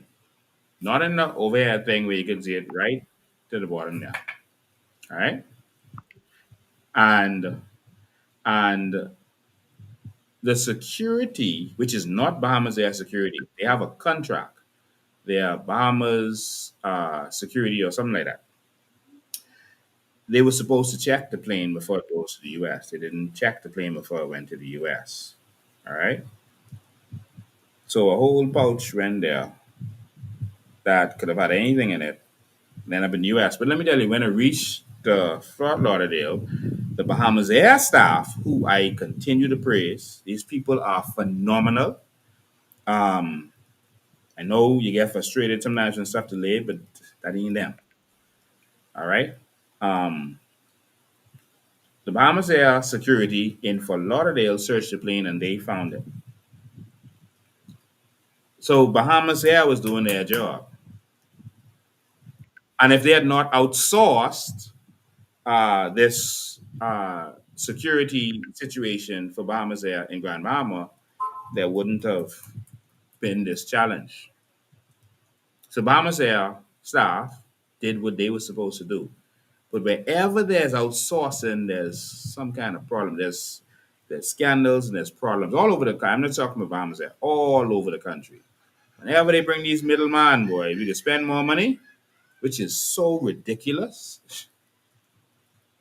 It's middleman for water and sewage. It's middleman for electricity now. Frankie Wilson them. Middleman, everywhere you look is middleman. Garbage collection, middleman.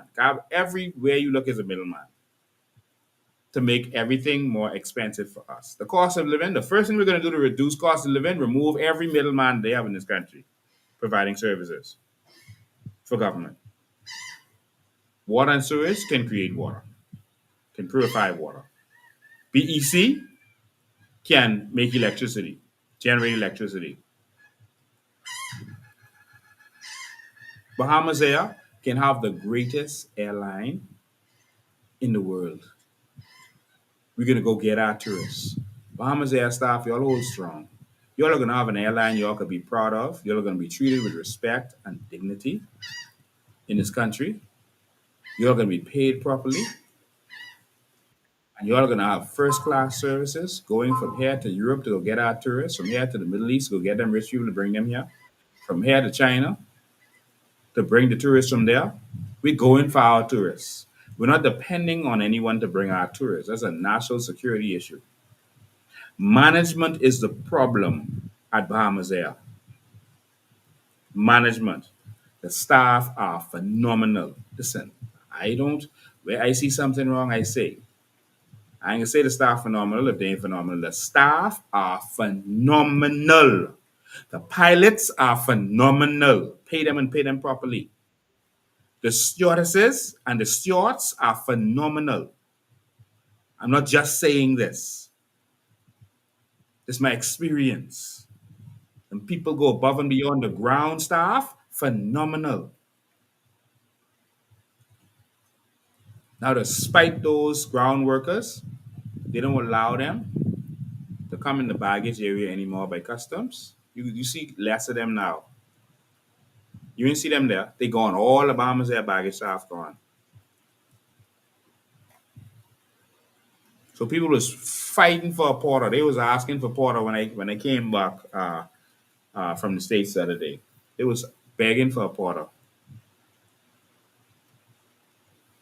So with that, I'm going to open the phone lines. I know I did extra long today, but we had so much catching up to do today.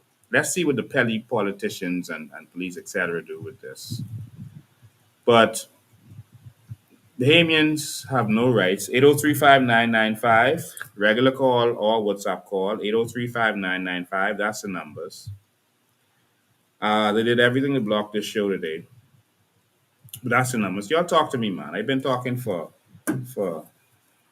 over 2 hours. Y'all time to talk. We don't hear from y'all, man. Come talk to me. What y'all think about all this stuff we talk about today? All right? What do y'all think about this? What do y'all think about a white police officer getting sent to harass Bahamians on land? When all these shanty towns still up and running are all across this country. When they use social services to help the Haitians, our money, to help them. But they won't come touch Bahamians. And the excuse now is going to be environmental. So you can see them come in the back, they're talking about environmental. Then they can come in the Ministry of Works and say, oh, you didn't do this, you didn't do that. No one else has those same issues. Come, y'all call, please. Call. Let's talk. Let me answer your questions. Carol, we can talk to Carol and all. Let's. Carol, you watching? I know you're watching. Call, man. Call. Let's have a conversation, man. Let's have a conversation. All right? Let's talk about this. You could call, anyone could call. 803-5995. Let me put the number up there for you. 803-5995. 803-5995. That's the number. Okay. That's the number right there on the screen. That's the number right there. Call us, man. What you think about our airplanes? Isn't that beautiful? I mean, isn't that beautiful? To have airplanes brought in and the staff is alleging that the airplane they just buy that they then break it up in pieces.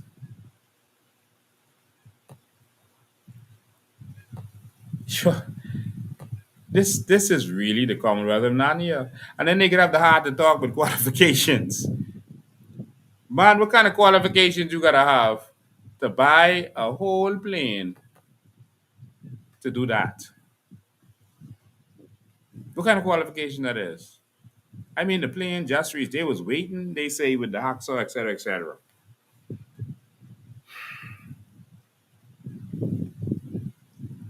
Come on, man.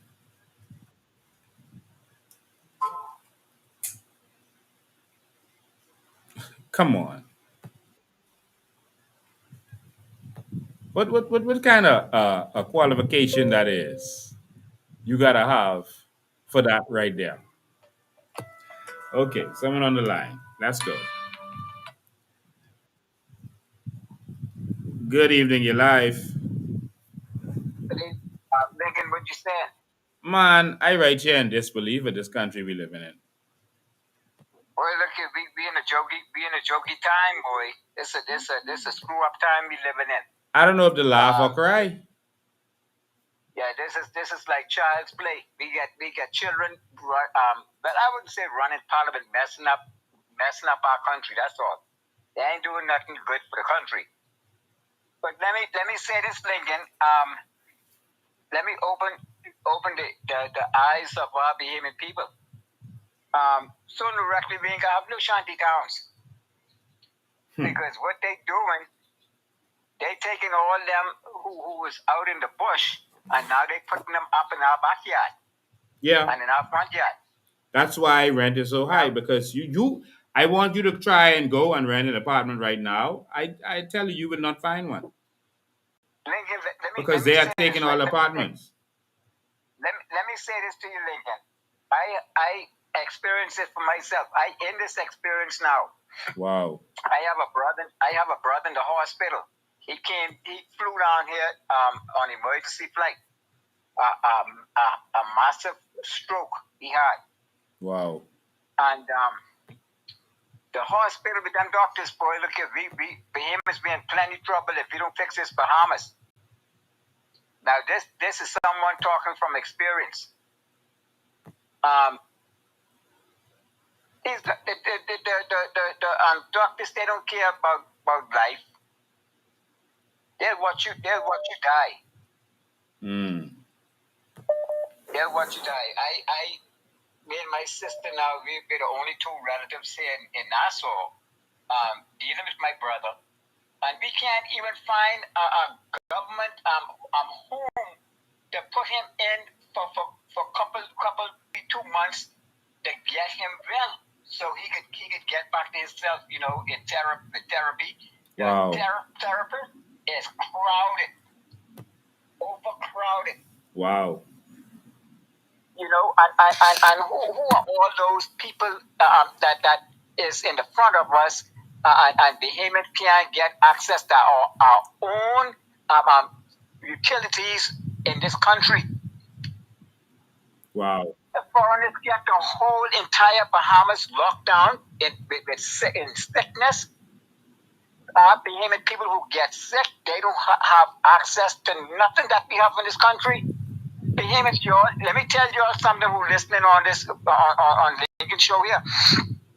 If you used to ever get sick in this country and you have over $1 million to take a flight out here and go to the United States for good health, you finish.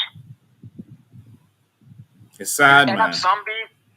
it's sad because I seen it for myself. See, when you are not in that position, or you're not standing in that shoe, you don't see it. But when you get in there and you have to be in that place, then you realize, boy, look, you'll be in plenty trouble, because all you could hear is and hardly no Bahamians. Yeah. And when Bahamians time, they don't have no space for medical help to be taken care of. Yeah. Yeah, but I say, until you get in that position and experience that for yourself, then you will understand what. All right, but I got to take some other calls, all right? Yeah, Lincoln, but all right. Take it easy, Thank man. You, man. Keep this exposure going on. All right. Good afternoon. How you doing, man? Hi, Mr. President. How you doing, man? All is well? Yeah, man. I am awesome. I was supposed to call you in on a lot of part of the show to talk about what's happening on the eastern side of Grand Bahama. We got caught up trying to deal with this hacking and the government doing this and that and trying to get all this stuff out. So yes, I recognize that. I recognize that, and I understand that clearly. I see what was happening, because I was watching it from around 5 o'clock. So I understood what was happening. Yeah, but what I would like to draw some reference to, I don't know if the same thing is going on in Nassau, but Nassau people could perhaps check it out. I've checked it out in Grand Bahama. It's in terms of the gas prices. The gasoline in Grand Bahama, it's somewhere from $5.35 to $5.50 a gallon, something like that. And but when you go, because I tried it, I went to the gas station with a gallon bottle, and after filling up the gallon bottle, my price came up to $8 and something cents.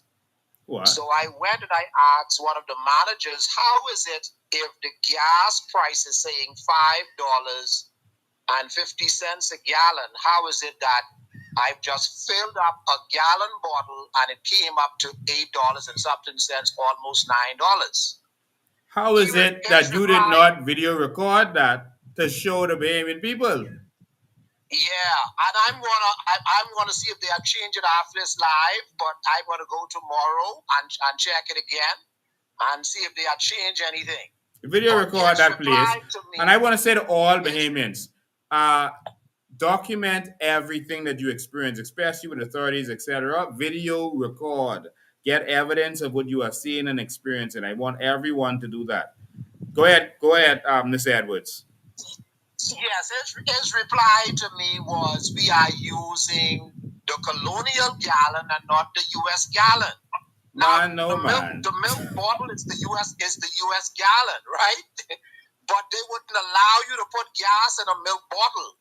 But so what I did, I took the freeze-on bottle, which was what he considered to be a colonial gallon, which comes with the freeze-on comes in, and I filled that up and pour it in to the milk bottle.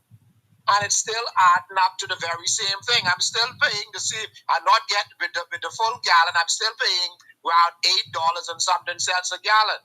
Now, my mother at the island, McWarner, she used to sell gas. She used to buy her gas from Nassau, and then had someone take the hose and pump it out. And when they come for a gallon, she make sure that gallon bottle is full. And they got a gallon for the price that she was charging them for the gallon. Wow. But here is now these people who owns the company making billions of dollars. When it come down to their scale is adding up. So the scale is unbalanced. The next thing I want to speak to, what I see is going on, is with BTC. With BTC, you go there and you pay for a minutes, and that minutes they said, okay, you have 30 days. You pay it for 30 days, right? Mm-hmm. And then before the 30 days is over, maybe within 2 weeks' time, you don't have any more time on your phone. You don't have no more data or data on your phone, because they talk about you burn so much gigabytes or megabytes. The Bahamian public don't understand when you talk about gigabytes or megabytes. All they understand is if you said, I paid for 30 days service, I should get 30 days service. I expect that After 30 days, then I don't have the service. Not within 2 weeks. I do no longer have access to the service because you said I use up all of my gigabytes or megabytes, which we have no way on measuring. The average Bahamian has no way on measuring how much gigabytes they are going to use within 30 days. And so all of these things, I say we have to look to, because these are things that they are robbing the Bahamian people blind. They are robbing them blind. You know, the young man in the U.S., the little boy who they say was a genius, who decided he could take 1 cent from everybody's account. And at the end of the day, this young man had millions of dollars just by taking 1 cent from everybody's account. That was actually a Bahamian that did that, who was a vice president of the bank, Citibank, and he was actually a Bahamian. Wow. Yeah. Wow. So if that's his past, so I won't call his name, as years ago. Yeah, where people cannot detect. And it ain't much people is going when they go to the gas station for one. They're going to put a gallon bottle out there and see how much that's going to take to fill it up. But I would encourage Bahamians and those who are listening, even in Nassau, to go to the gas station when they say the price, this is the price for the gas. Fill up a gallon bottle and see if that gallon bottle is going to come equivalent to the price that they have on the machine. Yeah. So I just wanted to speak to that. And also I'm getting word from Freeport here in East Grand Bahama, which is Sweetings Key, that the people in Sweetings Key doesn't have water. They only have access to water from in the morning. And they have to fill up their tubs or whatever, so they can have water for that full day. They're not having water in the morning time. Only in the morning time, they have water, and after 9, 10 o'clock, the water is shut off. What? That situation needs to be addressed. Man, yes, you talking about in the 50s, eh? Well, that is what I'm getting from, because a few persons from the Sweetings Key have called me and say we need to address these matters. The water is shortage in Sweetings Key. Another thing they are experiencing up there, the administrative building in Sweetings Key. It's full of mold and it's leaking. And you know it's not a building. Sorry, I shouldn't say building. The administrator trailer, because they are operating from a trailer. The administrator office that is operating from a trailer is full of mold, is leaking. The floor itself is rotting because of the leak and the mold that has decayed the trailer. And these type of condition that the people has to live to work in, it's inhumane. And so they have called upon me because I am the representative for East Grand Bahama to look into these matters. And so our government needs to step to the plate. This New Day government needs to step to the plate and service the people. Yeah. Service the people. We are calling on them to give an account for their stewardship. We hired them to be the stewards of this country, and we are calling upon them now to give an account for their stewardship in this country. Thank you, man. I appreciate your call. Blessings and all the best to you. Thank you. That is Dexter Edwards. He is the COI's ratified candidate for East Grand Bahama. And so thank you for calling in. The phone lines are open now. I know there's a delay. 803-5995 is the number. 803-5995. I saw a couple of people calling in while he was on there. You can call regular call, or you can call via WhatsApp. Regular call or via WhatsApp. So you can get in. Oh my God. What kind of people was calling? This on silent? What's happening here? So callers, I am so sorry. This the regular call looked like it was on silent. Why is this on silent? 803-5995. I humbly apologize. I don't know why that was on, but a lot of you were calling in. So regular call, you can call back now. Jesus, a lot of y'all were calling. Let's Go to the phone lines again, 803-5995. So if you were calling on from regular line, you can now get through. I'm sorry, it wasn't saying it was on silent, but it was on silent. Go ahead, caller, you live. Good afternoon, Mr. Ben. How you doing? Good afternoon. Yes, I just want to call and let you know Chester Cooper is a coward. How was it that you can go and find somebody who forward a message and can't find the person who sent the message out? Wow.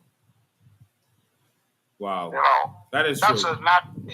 Chester Cooper is a coward. And to attack a Bahamian, woman, for her opinion. But this country coming through, man. Exactly. Hold the line, call you next. Thanks for your call, man. I appreciate that. Yes. All right. Good afternoon, caller. You live. Go ahead. Yes, I'm the lady who was picked up off her job and was arrested. Oh, wow. On Thursday. How you doing, ma'am? Can you hear me? Yes, you mean reference to the Chester Cooper matter? One moment.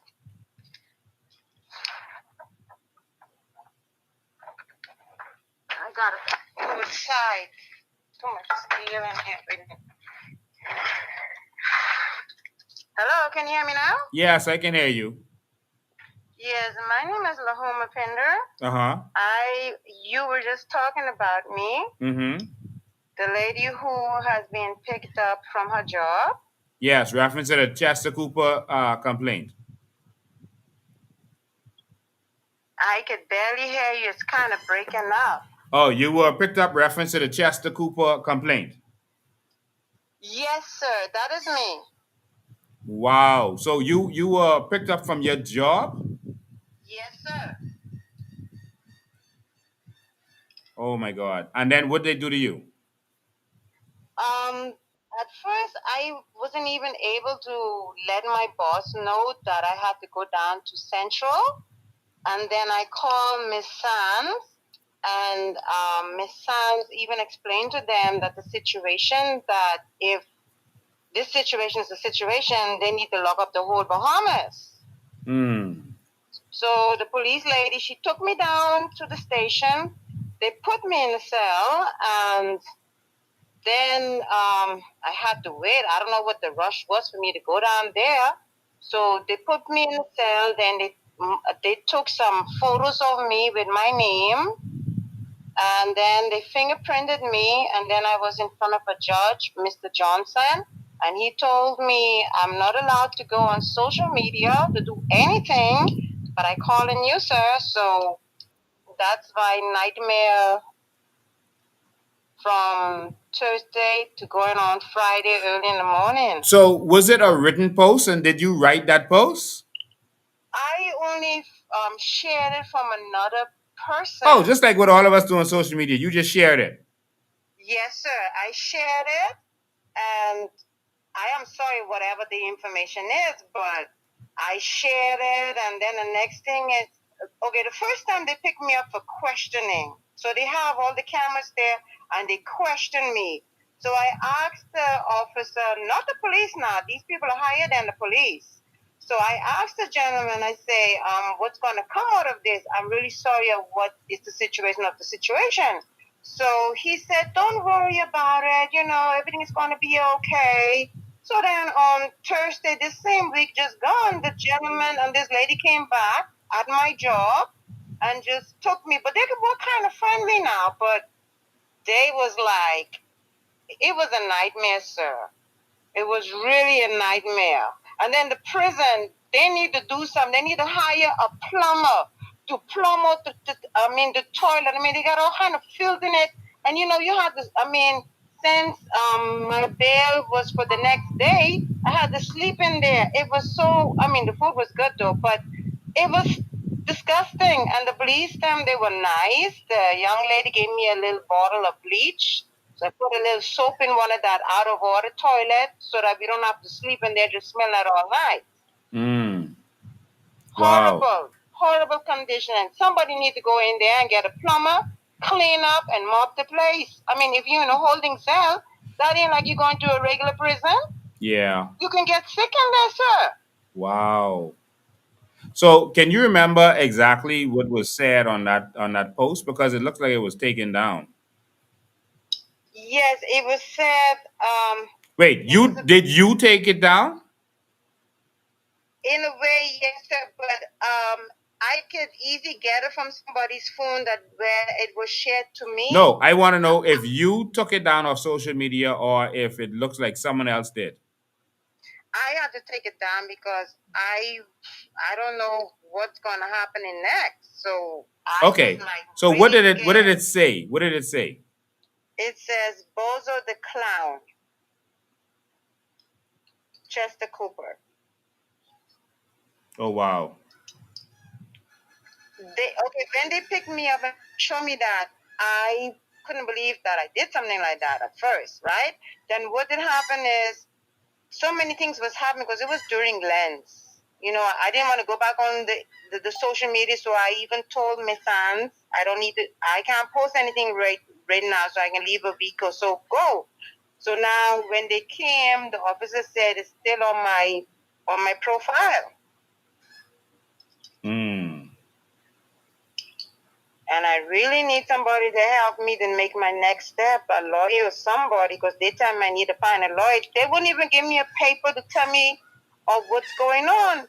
Mr. Hanna, he came and said, okay, you can release her. He came there that Friday morning, but they didn't give me anything. So, okay, first they told me I was charged with 35 and 37. So when I stand in front of the judge, Mr. Johnson, he says I'm being charged with count 5, 6, 7, 8, 9, then 37 or the 35. Then so I was like, I asked the officer, his batch number is 3700. I said, what is this? So they say liability or lyingbility. Libel. It's criminal libel. Right, liable. That's what they took me in for. But I didn't get no paper. And now on Monday, I have to go back there to get my NIB card because they took pictures of my NIB card.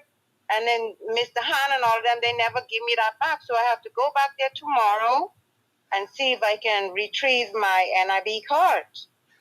Wow. Because that's a government document and I need that. Yeah, I'm so sorry you have to be going through what you're going through. You know, I can't discuss, whether you're guilty or not guilty, or Yes, or sir, whether you right. should be before the court or shouldn't be before the courts, that kind of stuff. Yes, sir. But people got to hear, what's going on. Yes, sir. And Jesus. Yeah. I just think that politicians, not reference this case, but on the whole, should be more mature and have thicker skin. Even in the U.S., they make you go on Saturday Night Live for people to make fun of you, so that you don't have a Right. tyrannical attitude, so that you're not Right. someone say something wrong to you that you're gonna go out there and use the law against them. When I was in the police force in training, that's what they do. They talk bad about you. They talk bad about your mother. They Right. rough you up because they want to train you there. They want you to experience it there to see how you would deal with it before they send you out to the public. And I think that politicians have to have more thick skin. Finland, they say all manner of things with him. Chief is a thief, and they call him all Yes. kind of things. They call him drug Yes. dealer. They call him all kind of stuff. He ain't never gone to that Abuse his extent with power. anyone. Hubert Ingham, they call him a drunkard, a womanizer. They say he can't talk, uneducated, he dumb. They say all kind of things about Hubert Ingham. He ain't never taken to that extent. They said all kind of things with Perry Christie. I mean, all manner of things with Perry Christie. All right, some of the things I wouldn't say. All right, or Yes, repeat sir. here. Perry Christie ain't take it to that level, man. All right, all kind of things they said about Minutes. All right, Yes, sir. they never take it to that level. All right, I mean, the Yes, punch sir. used to call Perry Christie a sissy. I mean, come on. Perry Christie Yes. never responded in that way to them to say, okay, Tantan Makud, let's go lock up the owner of the punch, etc., etc. Come on, man. Yes, sir. We I guess because Bahamians keep accepting it, they realize that they can keep abusing you. Like when the abuser keeps abusing you and you keep letting them do it, they get worse and worse and worse. Tell you in the hospital, the next thing you're dead. Um, Yep. and that's what's happening to the Bahamian people. But I don't want to discuss the details of your case or take it any Yes, further. sir. Just Right. want to let people know that you are a real person, Yes, that you sir. are a real person, and that you are. Just hold the line, caller. You're next. Hold the line one sec. That you are a real person, and that hold the line, caller. Hold the line, caller. You're next. I just wanted them to know that you are a real person, and I don't understand this. I am gonna, no, I can't reach out to Jessica Cooper, but I think that politicians need to be more mature. All right, just simple Yes, as sir. that. All right, all right, And don't abuse their power. yeah, Yes, sir. yeah. And I'm not saying he abused his power or didn't in this case, but they just, in general, shouldn't abuse their power. Thanks for your Yes, call, sir. ma'am. Thank you. All Thank you right. for listening. Thank you, Oh, Mr. so what Thing. we got to do is we got to try to get you a lawyer, and we got to try to subpoena everything about that case. Bring out Okay. everything with it. We need to find out any conversations with Elon Musk. We need to see the emails, the texts, everything. So Yes. that's what your lawyer needs to do. All right. No Get problem, all sir. the I'm information. ready. All I'm right. ready. Yes, Thank sir. you. And See you thank later. you so much, and good evening. Bye-bye. Good evening. All right. What's up, caller? You live? Go ahead. Oh, Mr. Ben, you're on your show now. Yes, I'm on my show. Okay. All right. I was just calling to find out if we can talk tomorrow. On your show? At 2:30. Yeah, 2:30. At 2:30? Yeah, my time. Yeah, not I can't do it tomorrow. I can do it on Tuesday. All right. All right, I will call you. All right. So this is, but before you leave, I just, you're the guy that everyone is hearing and listening to. You can hear he has an accent. He's from Jamaican radio. People from all over the world are watching what's happening here in the Bahamas, and he's from a Jamaican radio station. He has a show on there, and he's interviewed me once before, and he's now calling me to do another interview with me.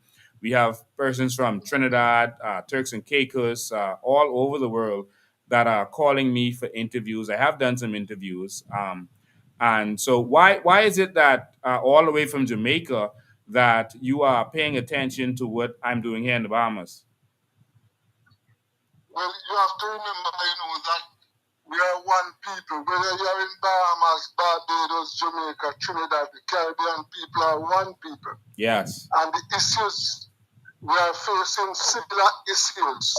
Wow. The issues we are facing is the same issues in Trinidad, in Barbados, in Bahamas. Wow. And therefore, it is very important for us to talk about the issues and try to find solutions. Yes. Thank you, man. Yeah. All right. Thanks for calling. I can do your show on Tuesday. Okay, all right. Thank you. All right. Yeah, so ladies and gentlemen, a lot of Bahamians don't realize, but all over the world, people are watching what is happening in the Bahamas. And so, like I said, that Jamaican radio show is not the only one that I've been a part of, but a lot of people are calling to find out what's going on in the Bahamas. When we had the protests of immigration, a lot of people were reaching out as we educate people about the natural resources, about sovereign wealth fund, etc. A crown land. People in this region are concerned about that. When we had the protests on Bay Street where I was attacked, I'm told that there was in one part of Africa, everyone in the airport was watching, and everyone in the house somewhere else was watching. Um, and so we think that what we are doing is only here in the Bahamas. There are foreigners in the US who were watching our show on Twitter, and they flew to the Bahamas to meet with me to see how we can work together to get rid of the corruption here in the Bahamas, etc. So people all over the world are watching this. I don't want you to think for 1 second that that only Bahamians are watching, and that the Bahamian government is getting away with what's happening. Even the U.S. government is watching. They've been watching everything that's been happening to us and everything we've been going through. And so, like I said, I don't say everything that's going on, but people are paying attention. So when you have a situation where Bahamians are being abused with reference to their crown land, when it should be for them and to empower them, and you're making excuses like, oh, it's the forest, and oh, it's for environment and mental issues and all kind of stuff just to get them off the land. You could get other people or foreigners or PLP cronies, Frankie Wilson, them on the land. That isn't right, man. I'm just fighting for the Bahamian people. And you could be mad at me, you could lie on me, you could destroy me, do whatever you want or think you can do to me. But I'm standing up for the Bahamian people, man. That is not right, what is happening to us. And what is also not right is Bahamians sitting down and allowing this to happen, because it isn't you who's going to really suffer, it's your children. When you leave them and they are vulnerable with no jobs for your sons, when the foreigners bring their sons in here and they are taking all the jobs, that is when it's going to be real. Caller, you live. Go ahead. Hey, good day, Mr. Ben. How you doing? I'm good. All right, and I can cut straight to the chase. I can just, name off a few things, and hopefully you could write it down, and then we could just listen. I'm calling on behalf of San Salvador. They need help bad. All right, the people need help bad. Like I've seen, and other people have been talking about it, that the sewer is being pumped in the back of the yard. And that is a real thing. The people in the churn are getting sick very badly. Okay, it's not healthy. So there's no sewer trucks here. As for Rumkey, so how do y'all deal with sewer? He has a little pump that he pushes right back of the yard. So wherever the hose could reach, whatever rolls back in the back of the yard where your children play, that's all they can do. Hold on, man. You ain't explaining that properly. So if you have a cesspit, they are pumping it out of the cesspit and into the bush next to your house? Yeah, right where it could reach. So if what? the yard really big, and that's as long as the hose go, then they'll pump it to another part of your yard. Right. Man, use a liar from the pits of hell. You know what is happening in this Bahamas. I got the video. You send me them videos. And I asked the guy, like, what is... Yeah, and it is sad. You're trying to figure out why you're what kind of country we living in? Children always sick. And this is in Salvador. So they worrying about environment. They send in Carol worrying about environment because the fella got chickens on the ground line in Nassau, but they pumping the nanny out the cesspit into your yard in San Salvador, and that's cool. Yeah, like nobody's saying anything because the problem is they have... Listen, stop, man. Stop what you're doing right now and send me that video now. All right. You can stay on the line. Send me the video right now. Oh. What kind of country this is we living in? What kind of thing this is? Someone say third world country. They don't do that in Haiti. They pump it out the cesspit, and as far as the hose pump can reach, that's where they dump it out. So at least your cesspit will be empty. Well, Jesus. Oh, God. And they talking about they worrying about the environment. Well, mother. And we can go shake pom-poms. Okay. Lincoln, there's a new phone. Check your phone. I already sent it to you. But I know a lot of people has been responding to you. So I didn't back it up. I didn't back my phone up. But I did send it to you on Charlotte Green. So okay, hold on. If you look in my message, you should be able to see it. If I didn't see it, depending on how long ago you sent it, I mightn't be able to download it anymore. Hold on, I'm looking. Hold on. Let me look in I gotta see this, man. Jesus. Hold on. Okay, hold on.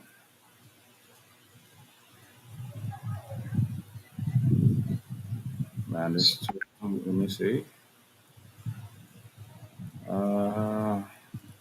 You don't know around when you would have sent it?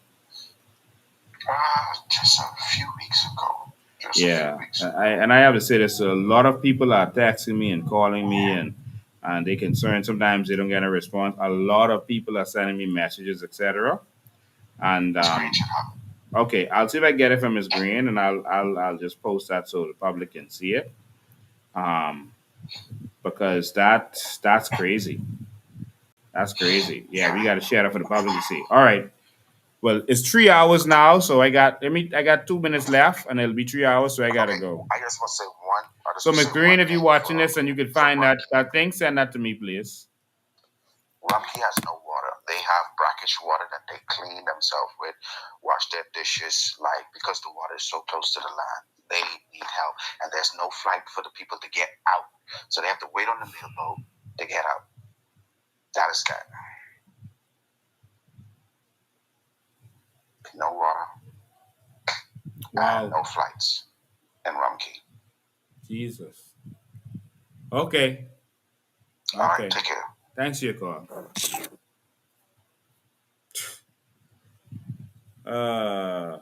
Boy.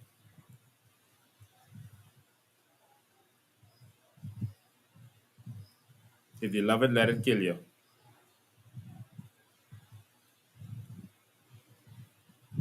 And that's what the qualified people doing. The people with experience. I don't know much more of this we could take. Ladies and gentlemen, you can go to our headquarters in New Providence and you can get t-shirts. We didn't get the t-shirts exactly like this, but it's like the t-shirt that I have on now, that I'm wearing now. Our t-shirts are in, so support the movement. Go down there and get your t-shirts. We have black and we have white. We have the caps, the COI caps. We have the car flags. Get your car flags and fly them proudly. Fly the black flag. Um, and also pins like these. Go down to our headquarters in Pinewood, and you can get yours. You can pay for it right there. But ladies and gentlemen, thank you all for tuning in. I don't know what to say with this country. Um, I mean, you got this aspect, and they come in to pump it. Good afternoon, call you live. Yes, good afternoon again, Mr. Van. Yeah. Mr. Van, you made it tell me we could have 3 flights going to Haiti, flying over to Salvador. And we can have a flight go to San Salvador to pick up the people of San Salvador. This is the most sickening thing I have ever heard. Yeah. Yeah. Wow. Yeah. Commonwealth of This is Narnia. serious. All right. You have a nice day. Thanks for your call, man.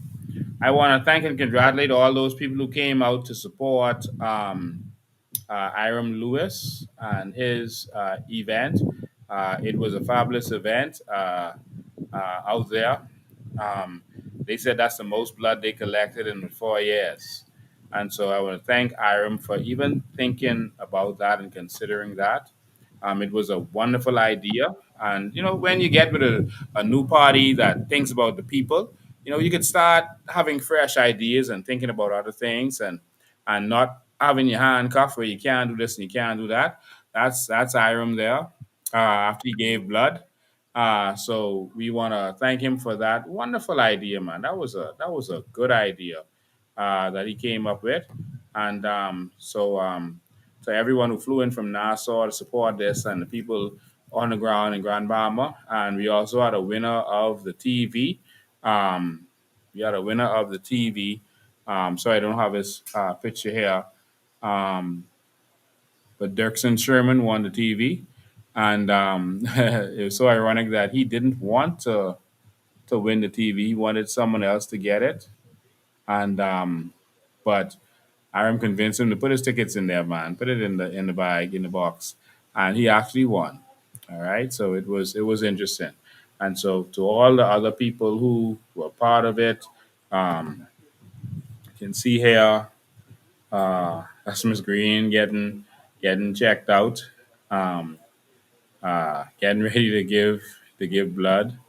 Um, you had some other persons, some another lady here sitting next to to Iram while he was giving blood. And so there were a lot of people. We had some videos and stuff, but I'm out of time, so I can't play them. But thank you to all of you who participated. It was a wonderful initiative. Each pint was able to save is able to save 3 persons. All right. So I'm going to share those pictures of the planes in WhatsApp, and hopefully Bahamas Air can make a statement. They like to make statements. They can make a statement about that, the management. I want to thank you to the staff who are doing a good job. And if you all could get some good management that is not, there is no political interference, you can get the equipment that you all need, get paid like you all are supposed to. Man, listen, you all will have the #1 airline in the world. I believe that. We are the kings of hospitality. And so we're gonna change this country. And so here we are in Grand Bahama, um, having an awesome time. And so we're gonna see you next week. Um, until then, listen, man, y'all get ready for the new Bahamas. Go get your paraphernalia, start wearing them, and be ready for that change. Be ready. Um, we are investigating what's going on with the government and the Uber drivers. We have a lot more to talk about with that. When the people started doing Airbnbs, the government didn't shut them down. They regulated it.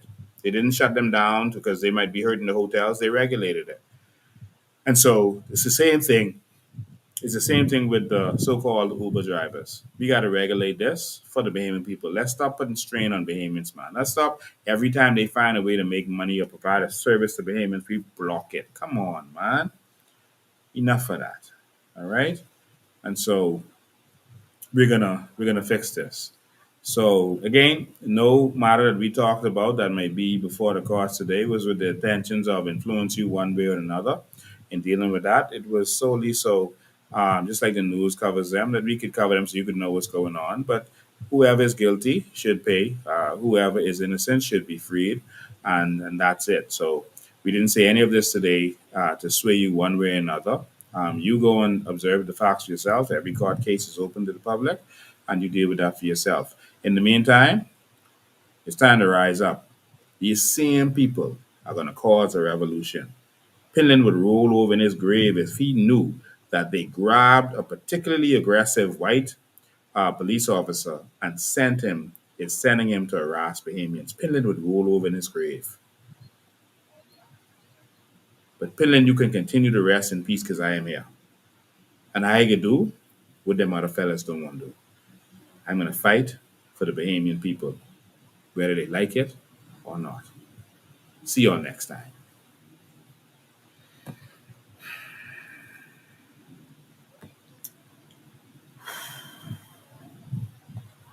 My people, my people. I cry for my people.